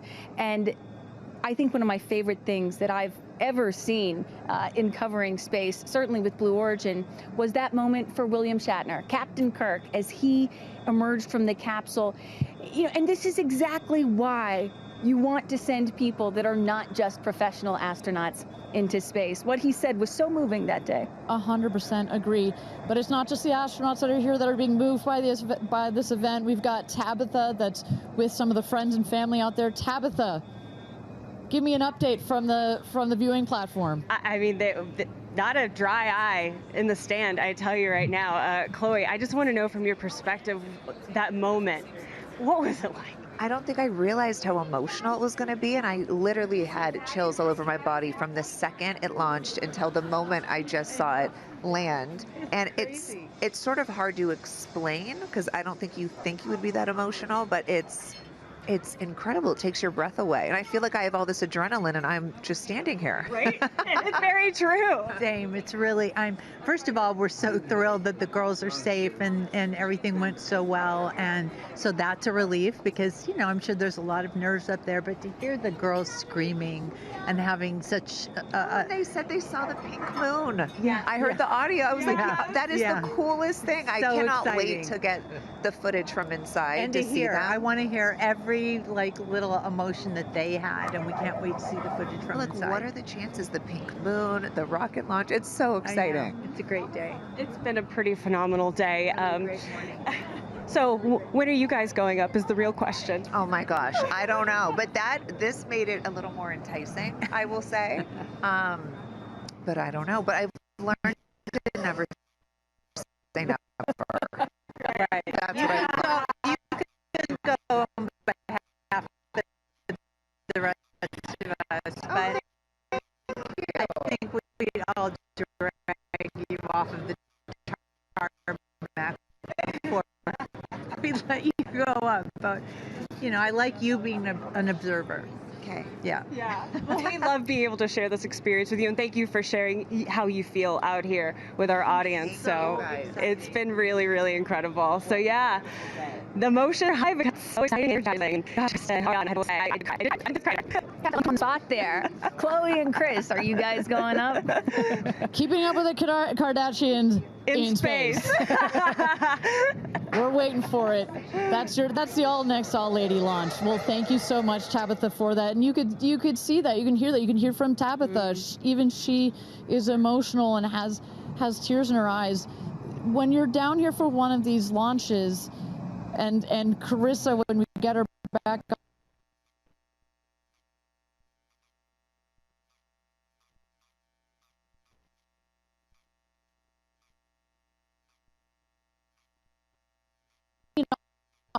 all 31 of our launches, it gets me every time. Well, anytime somebody says, I don't get it, what's so exciting about space?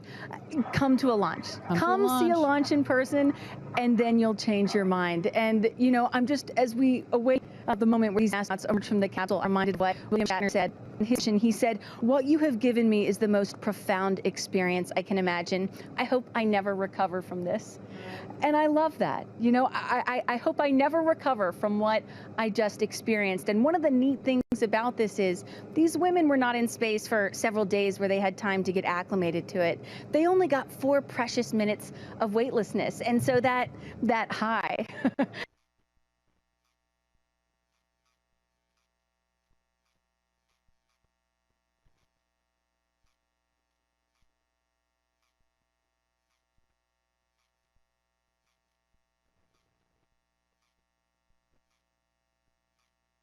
you see there, some of the friends and family have already started lining up there. While the recovery crew, you've seen some images. As I mentioned, they're safing some of the systems on the capsule. We want to release all of the excess air and gas that created that nice air cushion. We'll remove the parachutes, make sure nothing gets tripped up. Also, we reuse those parachutes. And then crew member 7 will take the stairs up to the hatch. It's like a good 3.5-ish feet off the ground, so it just makes the getting out of the capsule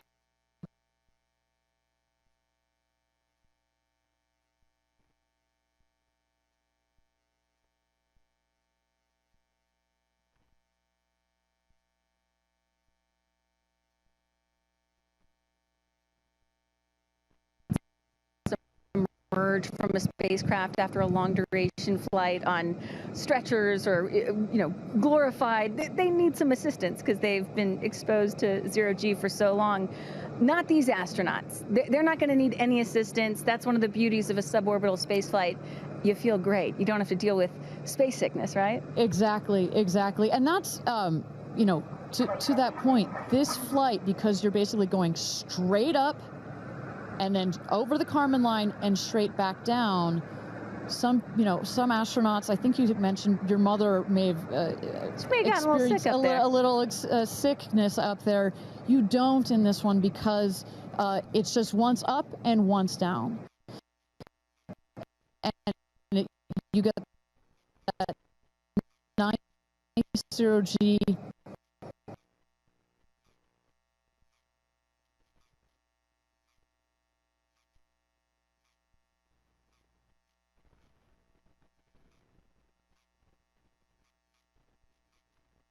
feelings are also, as a mother, our kids are close in age. What does that feel when you have young children?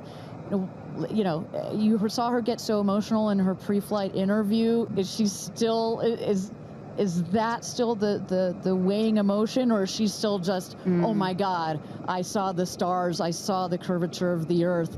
What's going to come out of her mouth?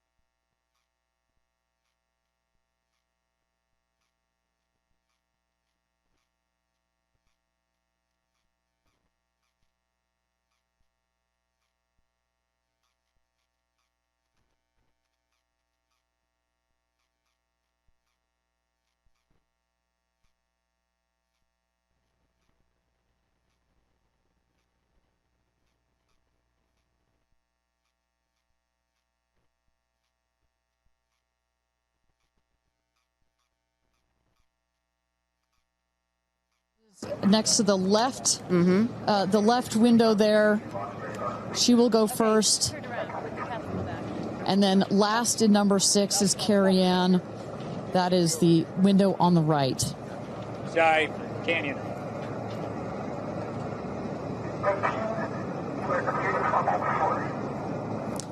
You see those vans arriving. Those are friends and family.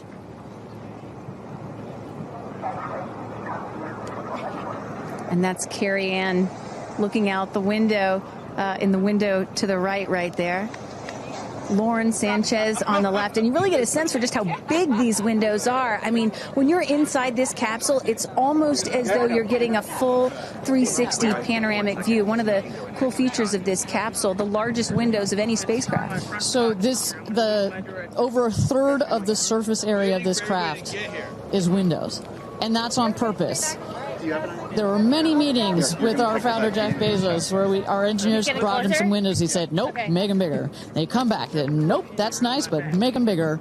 And what you get here, why is that so important? So many of our astronauts have said, when I got out of my seat, I looked at outside my window, and I turned around, and I looked at the other 5 windows, and my brain created a panoramic view, a panoramic photo of it, because so much of the capsule is windows, and it makes for just an incredible experience. Sarah. Good? Okay, here we go. Here goes Jeff Bezos to open the hatch.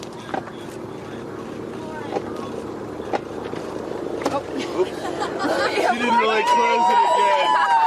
Come on out, guys.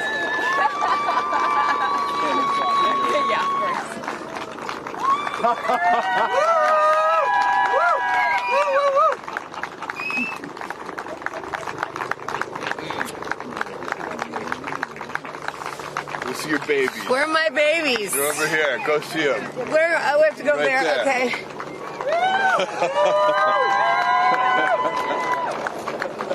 Katie! Woo!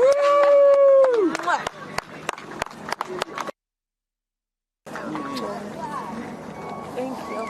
Thank you.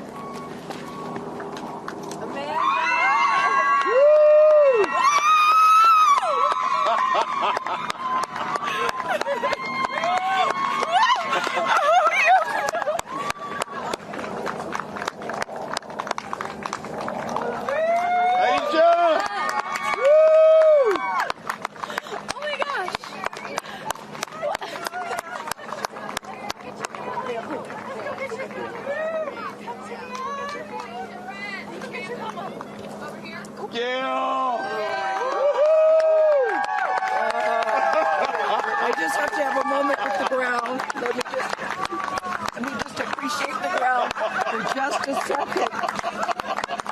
Thank you, Jesus. Oh my God. That was amazing. Yeah. It was amazing. I'm so proud.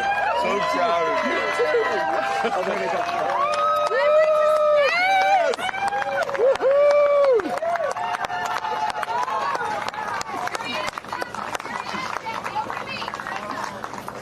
Amazing. I'm so proud of you. Carrie Ann, we got your people over here. Come right around the bushes here. Woo! Come on. I can't I have no, it's not working. So someone just tell me when we're on. Does anyone have our app? All right, and you just saw it there. All 6 astronauts coming out, all ecstatic. Katy Perry and Gayle King both kissing the Earth. Very happy to be back down here, but clearly ecstatic. I don't know about you, Kristen, but my favorite was Lauren coming out and saying, "Where are my babies?" And I also loved Katy Perry holding a daisy, I believe, and holding the daisy up to the sky after her daughter Daisy. Sweet moment. With that, let's turn it over to Krista Thompson standing by outside the capsule. I don't really have words for it. Oh my God, Lauren, I want to cry just seeing you. I'm so proud of this crew. Like, I mean, Gail, you know, we were just talking in the capsule, doesn't even have ear piercings. She's so afraid to do anything. And she got in that capsule, and I think, like, it profoundly changed her. I mean, for me, I can't put it into words, but, like, I looked out the window, and we got to see the moon. And it was pink. Was it pink? Full moon. It wasn't pink, but it was almost full. And Earth looked so, it was so quiet. It was just quiet. And is it what you expected?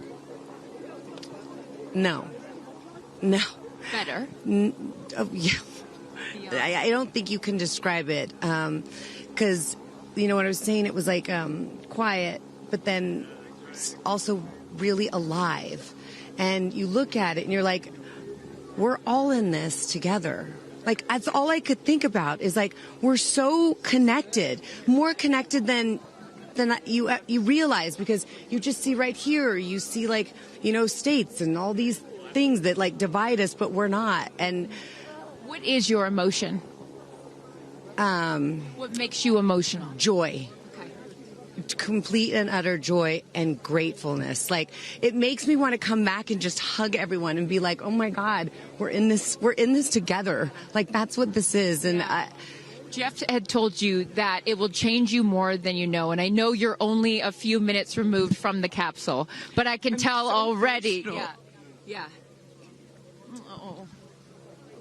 To be this I'm like, I don't cry that often. So I didn't expect to be this emotional, but it's also all the love that was in that capsule, and all the heart and the feelings and all the things, and, like, seeing Jeff before I left, I just went, oof, you know, I had to come back. I mean, we're getting married. If I didn't come back, that would be a bummer for me. Only you, by the way, would say this to me. You said, Jeff, if you don't want to marry me, you don't have to send me to space. Don't have to send me to space.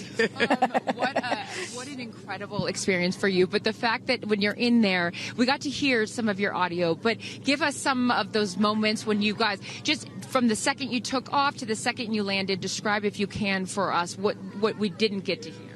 It was a feeling of joy. And, like, and camaraderie. It was a feeling of gratefulness. It was a feeling that we're doing this. And, you know, Alan Shepard, I told you about this, did this same exact flight. And he became the first American in space. And 6 women just did the same flight that he did. Oh, I just want to keep hugging you. It's really cool. Yeah. And I hope that more people get to see this, because I feel, I don't even know how much it's going to change me. And I want to thank the Blue team. I mean, look at them. I mean, they work so hard to make sure this vehicle gets up and safe. And I'm so proud of you. I'm so proud of you. It's one thing to say you're going to do it. It's another thing to actually do it. And I know there's a phrase in your family that life takes off on the other side of fear. And here you are, just having landed back on Earth. And now you are officially, Lauren Sanchez, already adding to your extensive resume, you are an astronaut. Congratulations. Thank you. I'm very excited. I'm excited to share it with the world, and I'm so grateful to everyone here. I love you. Go be with your family. But to process and download what just happened to me. Well, get on in here, Amanda. Someone that can now articulate exactly how Lauren is feeling. Lauren being so candid about overcome with emotion. How are you feeling? I know, Amanda, this has been a dream of yours, a long-awaited dream, and now it is finally official. You are an astronaut. Congratulations. Thank you so much. You know, I usually have nice words to say, but in this moment, I just want all survivors to know that you can heal. No dream is too wild, and that if it's so wild out there, like going to space, you can absolutely make it through, and it can absolutely be possible. You mentioned to us prior to going up, you said that you needed to go to space to heal. I know you're only a few minutes removed from this incredible experience. Do you feel healed? You know, I had a zero-G indicator that I didn't know if I would bring, and I ended up bringing it. Okay. And explain for the folks at home that don't know what that means, what it is that you're holding. Yes, the zero-G indicator is something all astronauts have that floats once you hit space, lets you know you're there. I brought a promise that I wrote to myself. I've talked about that. And share for what is this right here? Yes, and this one I didn't know if I would bring, but I ended up bringing it and floating it, and it's the hospital band from the day. And I got to honor her today, and I'm so grateful to the thousands of people, the engineers, the scientists, just everyone who has made this a reality. And you also have written here, I know that you had this on your laptop, right? Yes, that's right. And this is my zero-G indicator, a promise I made to myself that if I were to pause my astronaut dreams and fight for rights, that one day I would return to her. And it says, never, never give up. Well, those dreams are no longer on hold. You are finally an astronaut. Congratulations. Enjoy this moment with your family, and thank you for sharing it with us. Thank you, Amanda. Carrie Ann, you said to me yesterday, you said, when I get out of that capsule, I'm going to be an emotional wreck. And I think what I will just say, for anyone that has never had the great privilege of being here, this is my first time at a launch, and it is very emotional. Describe, if you can, how you're feeling. I have almost no words. It was the most incredible experience of my life to be up there and see like such vast darkness in space and look down on our planet. The moon was so beautiful, and that was like, I felt like that was a special gift just for me. I'm so sorry. No, don't apologize. Are you kidding? You just went to space. You just went to space. This is it. Like knowing that everyone I loved was standing down there looking back up at me, and I just hope that these types of experiences, clear a path for everyone to be able to do that. You told us a beautiful story about your son when you told him you were going to go to space, and that, get over here so I can hold you, and that he went back to school and he was all excited to tell his friends that his mom was going to space, and they said, your mom can't go to space. Moms don't go to space. Well, guess what? This mom just went to space. Congratulations. You are officially an astronaut. And I know you're wearing a very special necklace from an incredible group of people that you hold near and dear to your heart. What would you like to say to them watching? I'm wearing a few necklaces today. My dear friends threw me a blast-off party and gave me this feather, which obviously represents the Blue Origin logo. And it felt so special to have it close to my heart. And in space with me. And I feel like it helped me take all of them with me on this journey. Yes. Well, I will let you go enjoy this historic moment with your family, and thank you for sharing it with us. Congratulations. You're an astronaut. Gail, get on over. I'm still floating. I can't believe it. I cannot believe it. I'm so proud of you. And I know that I speak for the collective, because you have been so honest. You've been so vulnerable. And I spoke to your best friend prior to you taking off, and I asked her why it was so important for you to do this. And she said, she said, so she didn't have to hear you say, I wish I would have done that. That's so true. But now, Gayle King, you are officially an astronaut. How do you feel? I still can't accept that word, but I will say I can't even believe what I saw. When somebody calls this a ride, this was not a ride. What happened to us was not a ride. This was a bona fide friggin' flight. And our instructor, we were so well prepared. So every noise we heard, we knew. But the flight instructor said that I am her best success story. Why? Because she's never had somebody go through the course who's terrified of flying. Everybody who's gone through the course is somebody that it's been a lifelong dream. They wanted to do it. So she said, I'm her best success story. I'm so proud of me right now. I still can't believe it. I still can't believe it. I was just going to say, prior to the launch, you said that you would be so proud of yourself if you went through with this. Yes. And you did. What was the best part, Gail?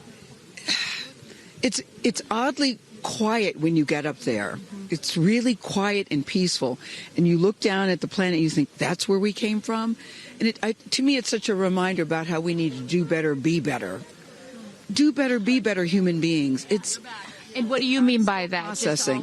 Well, it's so nasty and so vitriolic nowadays. And I mean, if everybody could experience that peace that we had up there and the kindness and what it takes to do what we did, all the people that it took to get us up there and get us back safely, I'll never, ever, ever forget. And when we were up there, have you talked to Katy yet? I have not. Okay, no. when we were up there, after zero G is very difficult.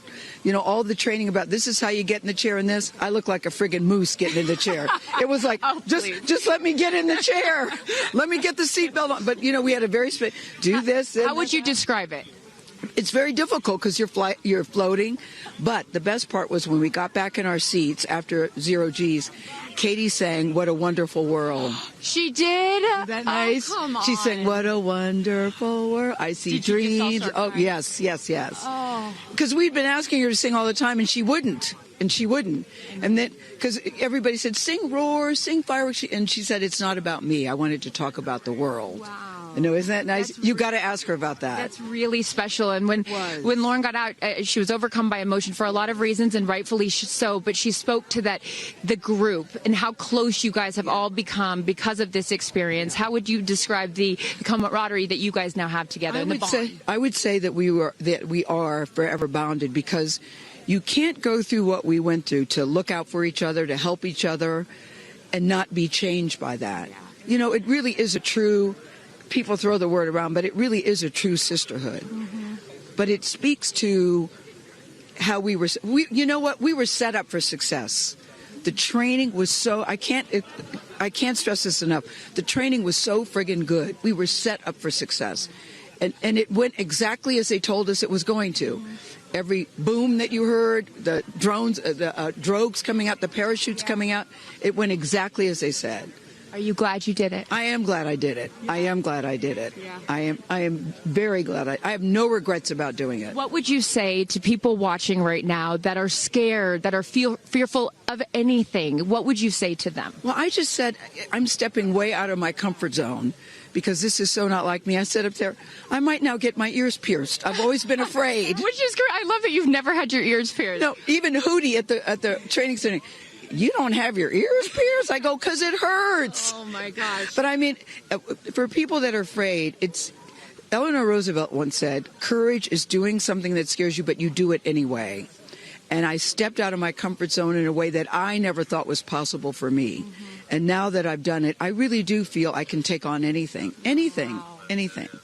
Congratulations, Gail King. You are an astronaut. Thank you, Chris. I am so excited for you. I'm so excited for you. And I'm going to go with you to get your ears pierced, because I want to get another hole right here. Go enjoy this with your family. Thank you so, so much. Aisha, oh my goodness. Congratulations. Congratulations. You are officially an astronaut. How do you feel? Also, how do you look perfect after just going to space? I mean, my goodness.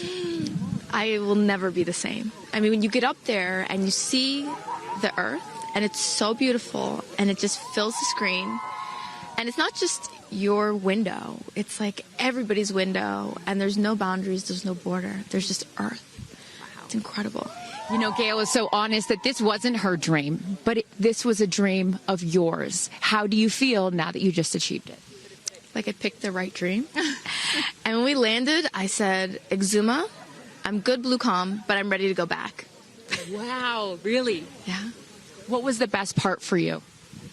The best part for me, actually the whole thing. But we got in and we counted down from 10. And then I started to hear some singing. And when we lifted off, everybody, you could just feel the energy in the capsule. And when we got up there and we got out of our seats, we all just looked at each other. And there was this moment, and I can't wait for people to see it on the video, but there was a very special moment between all of us. And it's just beautiful. It's so beautiful. Yes. Where is your grandfather? Your 92-year-old grandfather, who I know you were so excited to bring. What did he say to you when you got out of this capsule and got to see him for the first time? He said, I was really worried for you, but then Oprah squeezed me. Oprah has a way of making us all feel just a little bit more at home and a little bit calmer. I know your father is watching down on you, and he is your angel. What do you think he's thinking right now in heaven? I think he was like, woo! To have the opportunity to have flown his star in my flight bag and to have a perspective that very few people get to have of Earth, I just feel a renewed connection to everything in life and where we are. And I can't wait to go back out there and pour what I've learned into the world. You have given so much to so many, and I know there are a lot of people watching right now, some young boys and some young girls that are inspired constantly by you. What would you like to say to them? Dream it, plan it, and go and do it. I never really thought I could go to space, although I really wanted to go. And today just confirmed that dreams are real, and sometimes reality is wrong. And your dreams just came true. Congratulations. Go enjoy this with your family. Thank you for sharing your experience with us. Katie. No, you're not the crier of the group. Feeler of the group. No, you are not. I'm crier. I'm going to tell you something right now. You are officially an astronaut. Thank you so much. How do you feel? I feel super connected to love. So connected to love. I think this experience has shown me you never know how much love is inside of you, like how much love you have to give, and how loved you are until the day you launch. We had these incredible shots of Daisy watching you as the rocket, it'll make me cry, as the rocket's going up, and she was so proud. Just kept saying, Mommy, Mommy. And I know you'll feel the same way when you watch it. And you brought a real life Daisy up. That's it was right. important for you, not only because it's your daughter's name, but why else was that important to bring it? Daisies are common flowers, but they grow through any condition. They grow through cement. They go through cracks. They grow through walls. They are resilient. They are powerful. They are strong. They are everywhere.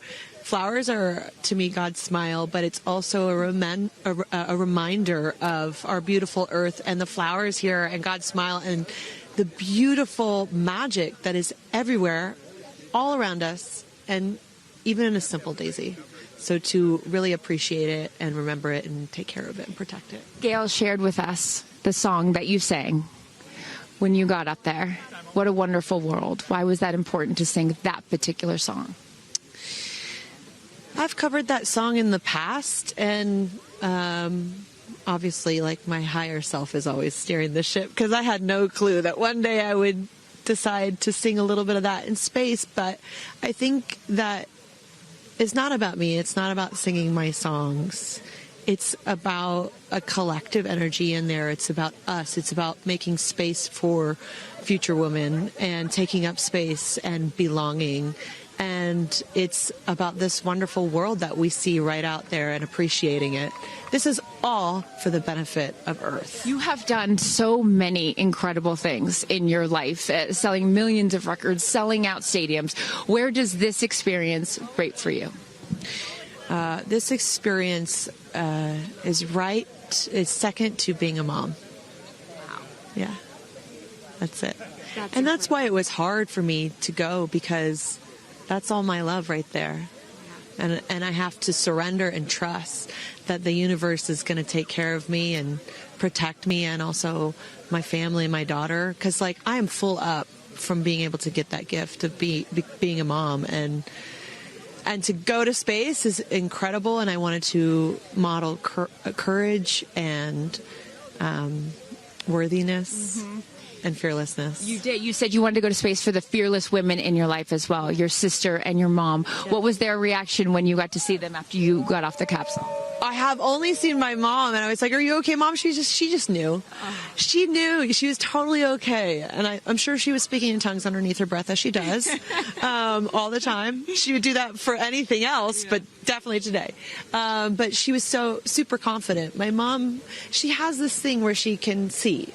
I mean, even down to the name of, like, the capsule. Being tortoise. I know you spoke to all of your fans about that the capsule's named tortoise, the feather on the side, the symbol of Blue Origin, all of those gave you confidence that this was the right thing for you to do, correct? Yeah, because I just asked for a sign from the heavens, from my angels, and they're like, well, here's the feather, which is what your mother calls you, and if that's not enough, the capsule's named Tortoise, which is the second nickname that your mother calls you. And I'm like, okay, I'm going. Yeah. I got the message, and I'm going to get the message.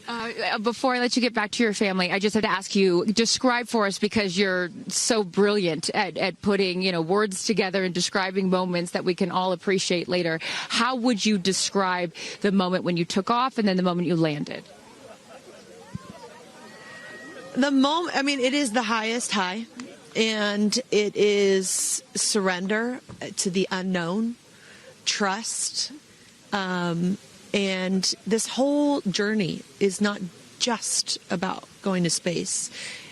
It's the training, it's the team, it's the whole thing. I couldn't recommend this experience more. This is like up there with all the, different tools that I've learned in my life, from meditation to the Hoffman process. This is up there because what you're doing is you're like really finding the love for yourself, because you got to trust in yourself on this journey. And then you're feeling the love when you come down, for sure. And you're feeling that strength. So I feel really connected to that strong, divine feminine right now. By the way, you're such a badass. I love that the month of April, you're like, I'm going to space and I'm launching my tour. It's really incredible. Now I know I'm asking this question for your fans. Will you write a song about this experience? Oh, for sure. 100%. And not only that, I got to reveal my set list for the tour on a butterfly. How apropos. Incredible. Just flying in space. I don't know if anyone's ever in space. I don't know if anyone's ever done that before, so I'll just there's a lot of things that you have done first. You are now officially an astronaut, and let me just tell you, on behalf of everyone here at Blue Origin, our webcast, and everyone, all of these individuals that put this incredible thing on, congratulations. Thank you so much. Thank you for sharing your experience. Is a 10 out of 10. That's my review. 10 out of 10. You There's definitely go for it. 10 out of 10. Thank you, Katy. Congratulations. All right, you guys, so many fun moments that we'll continue to see as we get the footage. But I'm going to send it back to you and let these incredible astronauts enjoy their time with their friends and family. Thank you so much, Carissa. Wow. Kristen, I mean, 6 inspirational women in their own right. Eloquent. I could not be that eloquent coming down from space. You heard Katy Perry saying 10 out of 10, but number 2 experience only to being a mother. What were some of your takeaways from what we just heard? Gayle King used the word sisterhood. I'm feeling the sisterhood today. First all-female crew to space since 1963, and that was a solo mission, Valentina Tereshkova. And I'm with an all-female broadcast team here at Launch Site 1 in Blue Origin. Ariane, it has been a complete honor to work alongside you. It has been such an honor to watch all of the things that these women and their loved ones have said about what this experience means to them, because I am a firm believer that if you don't understand why people come out here to watch a space flight, it's just because you haven't seen a launch yet and you haven't been a part of this experience. And I truly believe what we witnessed here today is something that will continue to open up spaceflight and this experience for all of humanity and our little ones at home. 100%. I said it earlier. You can't be it if you can't see it. And to see these 6 women go up and the roles that they have played before, but I can't wait to see the roles that they play afterwards in their way of telling this story for the world to hear, to experience, to see. This is just the beginning. So I want to give a shout out to them, because as you saw, that is coming out of your comfort zone, whether you wanted to go to space or you're like Gail and you didn't anticipate it. Thank you for trusting yourselves and to their families and trusting their loved ones with Blue Origin. We are very proud to do that. I'm so proud of Gayle King, too. I wonder if she's still afraid to fly on airplanes after flying to space. Have we cured her of her fear of flying? I don't know. We've cured her for getting her ears pierced. So there we go. Baby we'll take steps. that one. Let's start with that one after this not so baby step. Aw. Look at that beautiful shot. And now the party starts, right? Can we pop some champagne and celebrate a little bit later? Let's do it. It's only 9:20 a.m. It's not too early. 5 o'clock somewhere, baby. All right. What an incredible day. Just for all of us, for our astronauts, for our Blue Origin team. It was an honor to fly you to space. And if you would like to follow in the pioneering footsteps of these astronauts and purchase a seat to space, visit blueorigin.com and click Fly to Space. Your own journey to visit the Kármán line is much closer than you think. If you'd also like to purchase a mission patch to commemorate today's launch, head to Blue Origin shop for patches and much, much more. For Kristen, Carissa, and Tabitha, I'm Ariane Cornell. Thank you so much for joining us. And until our next launch, Gradatum Ferociter.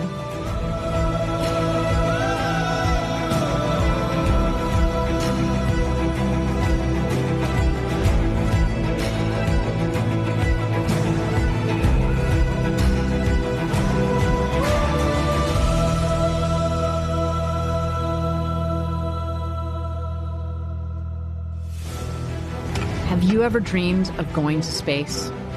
A once-in-a-lifetime journey is closer than you think. To book your flight, visit BlueOrigin.com and click Fly to Space. Tell us as much as you can about yourself. Once we receive your inquiry, our team will reach out to guide you through your journey. It's your time to join the new generation of astronauts.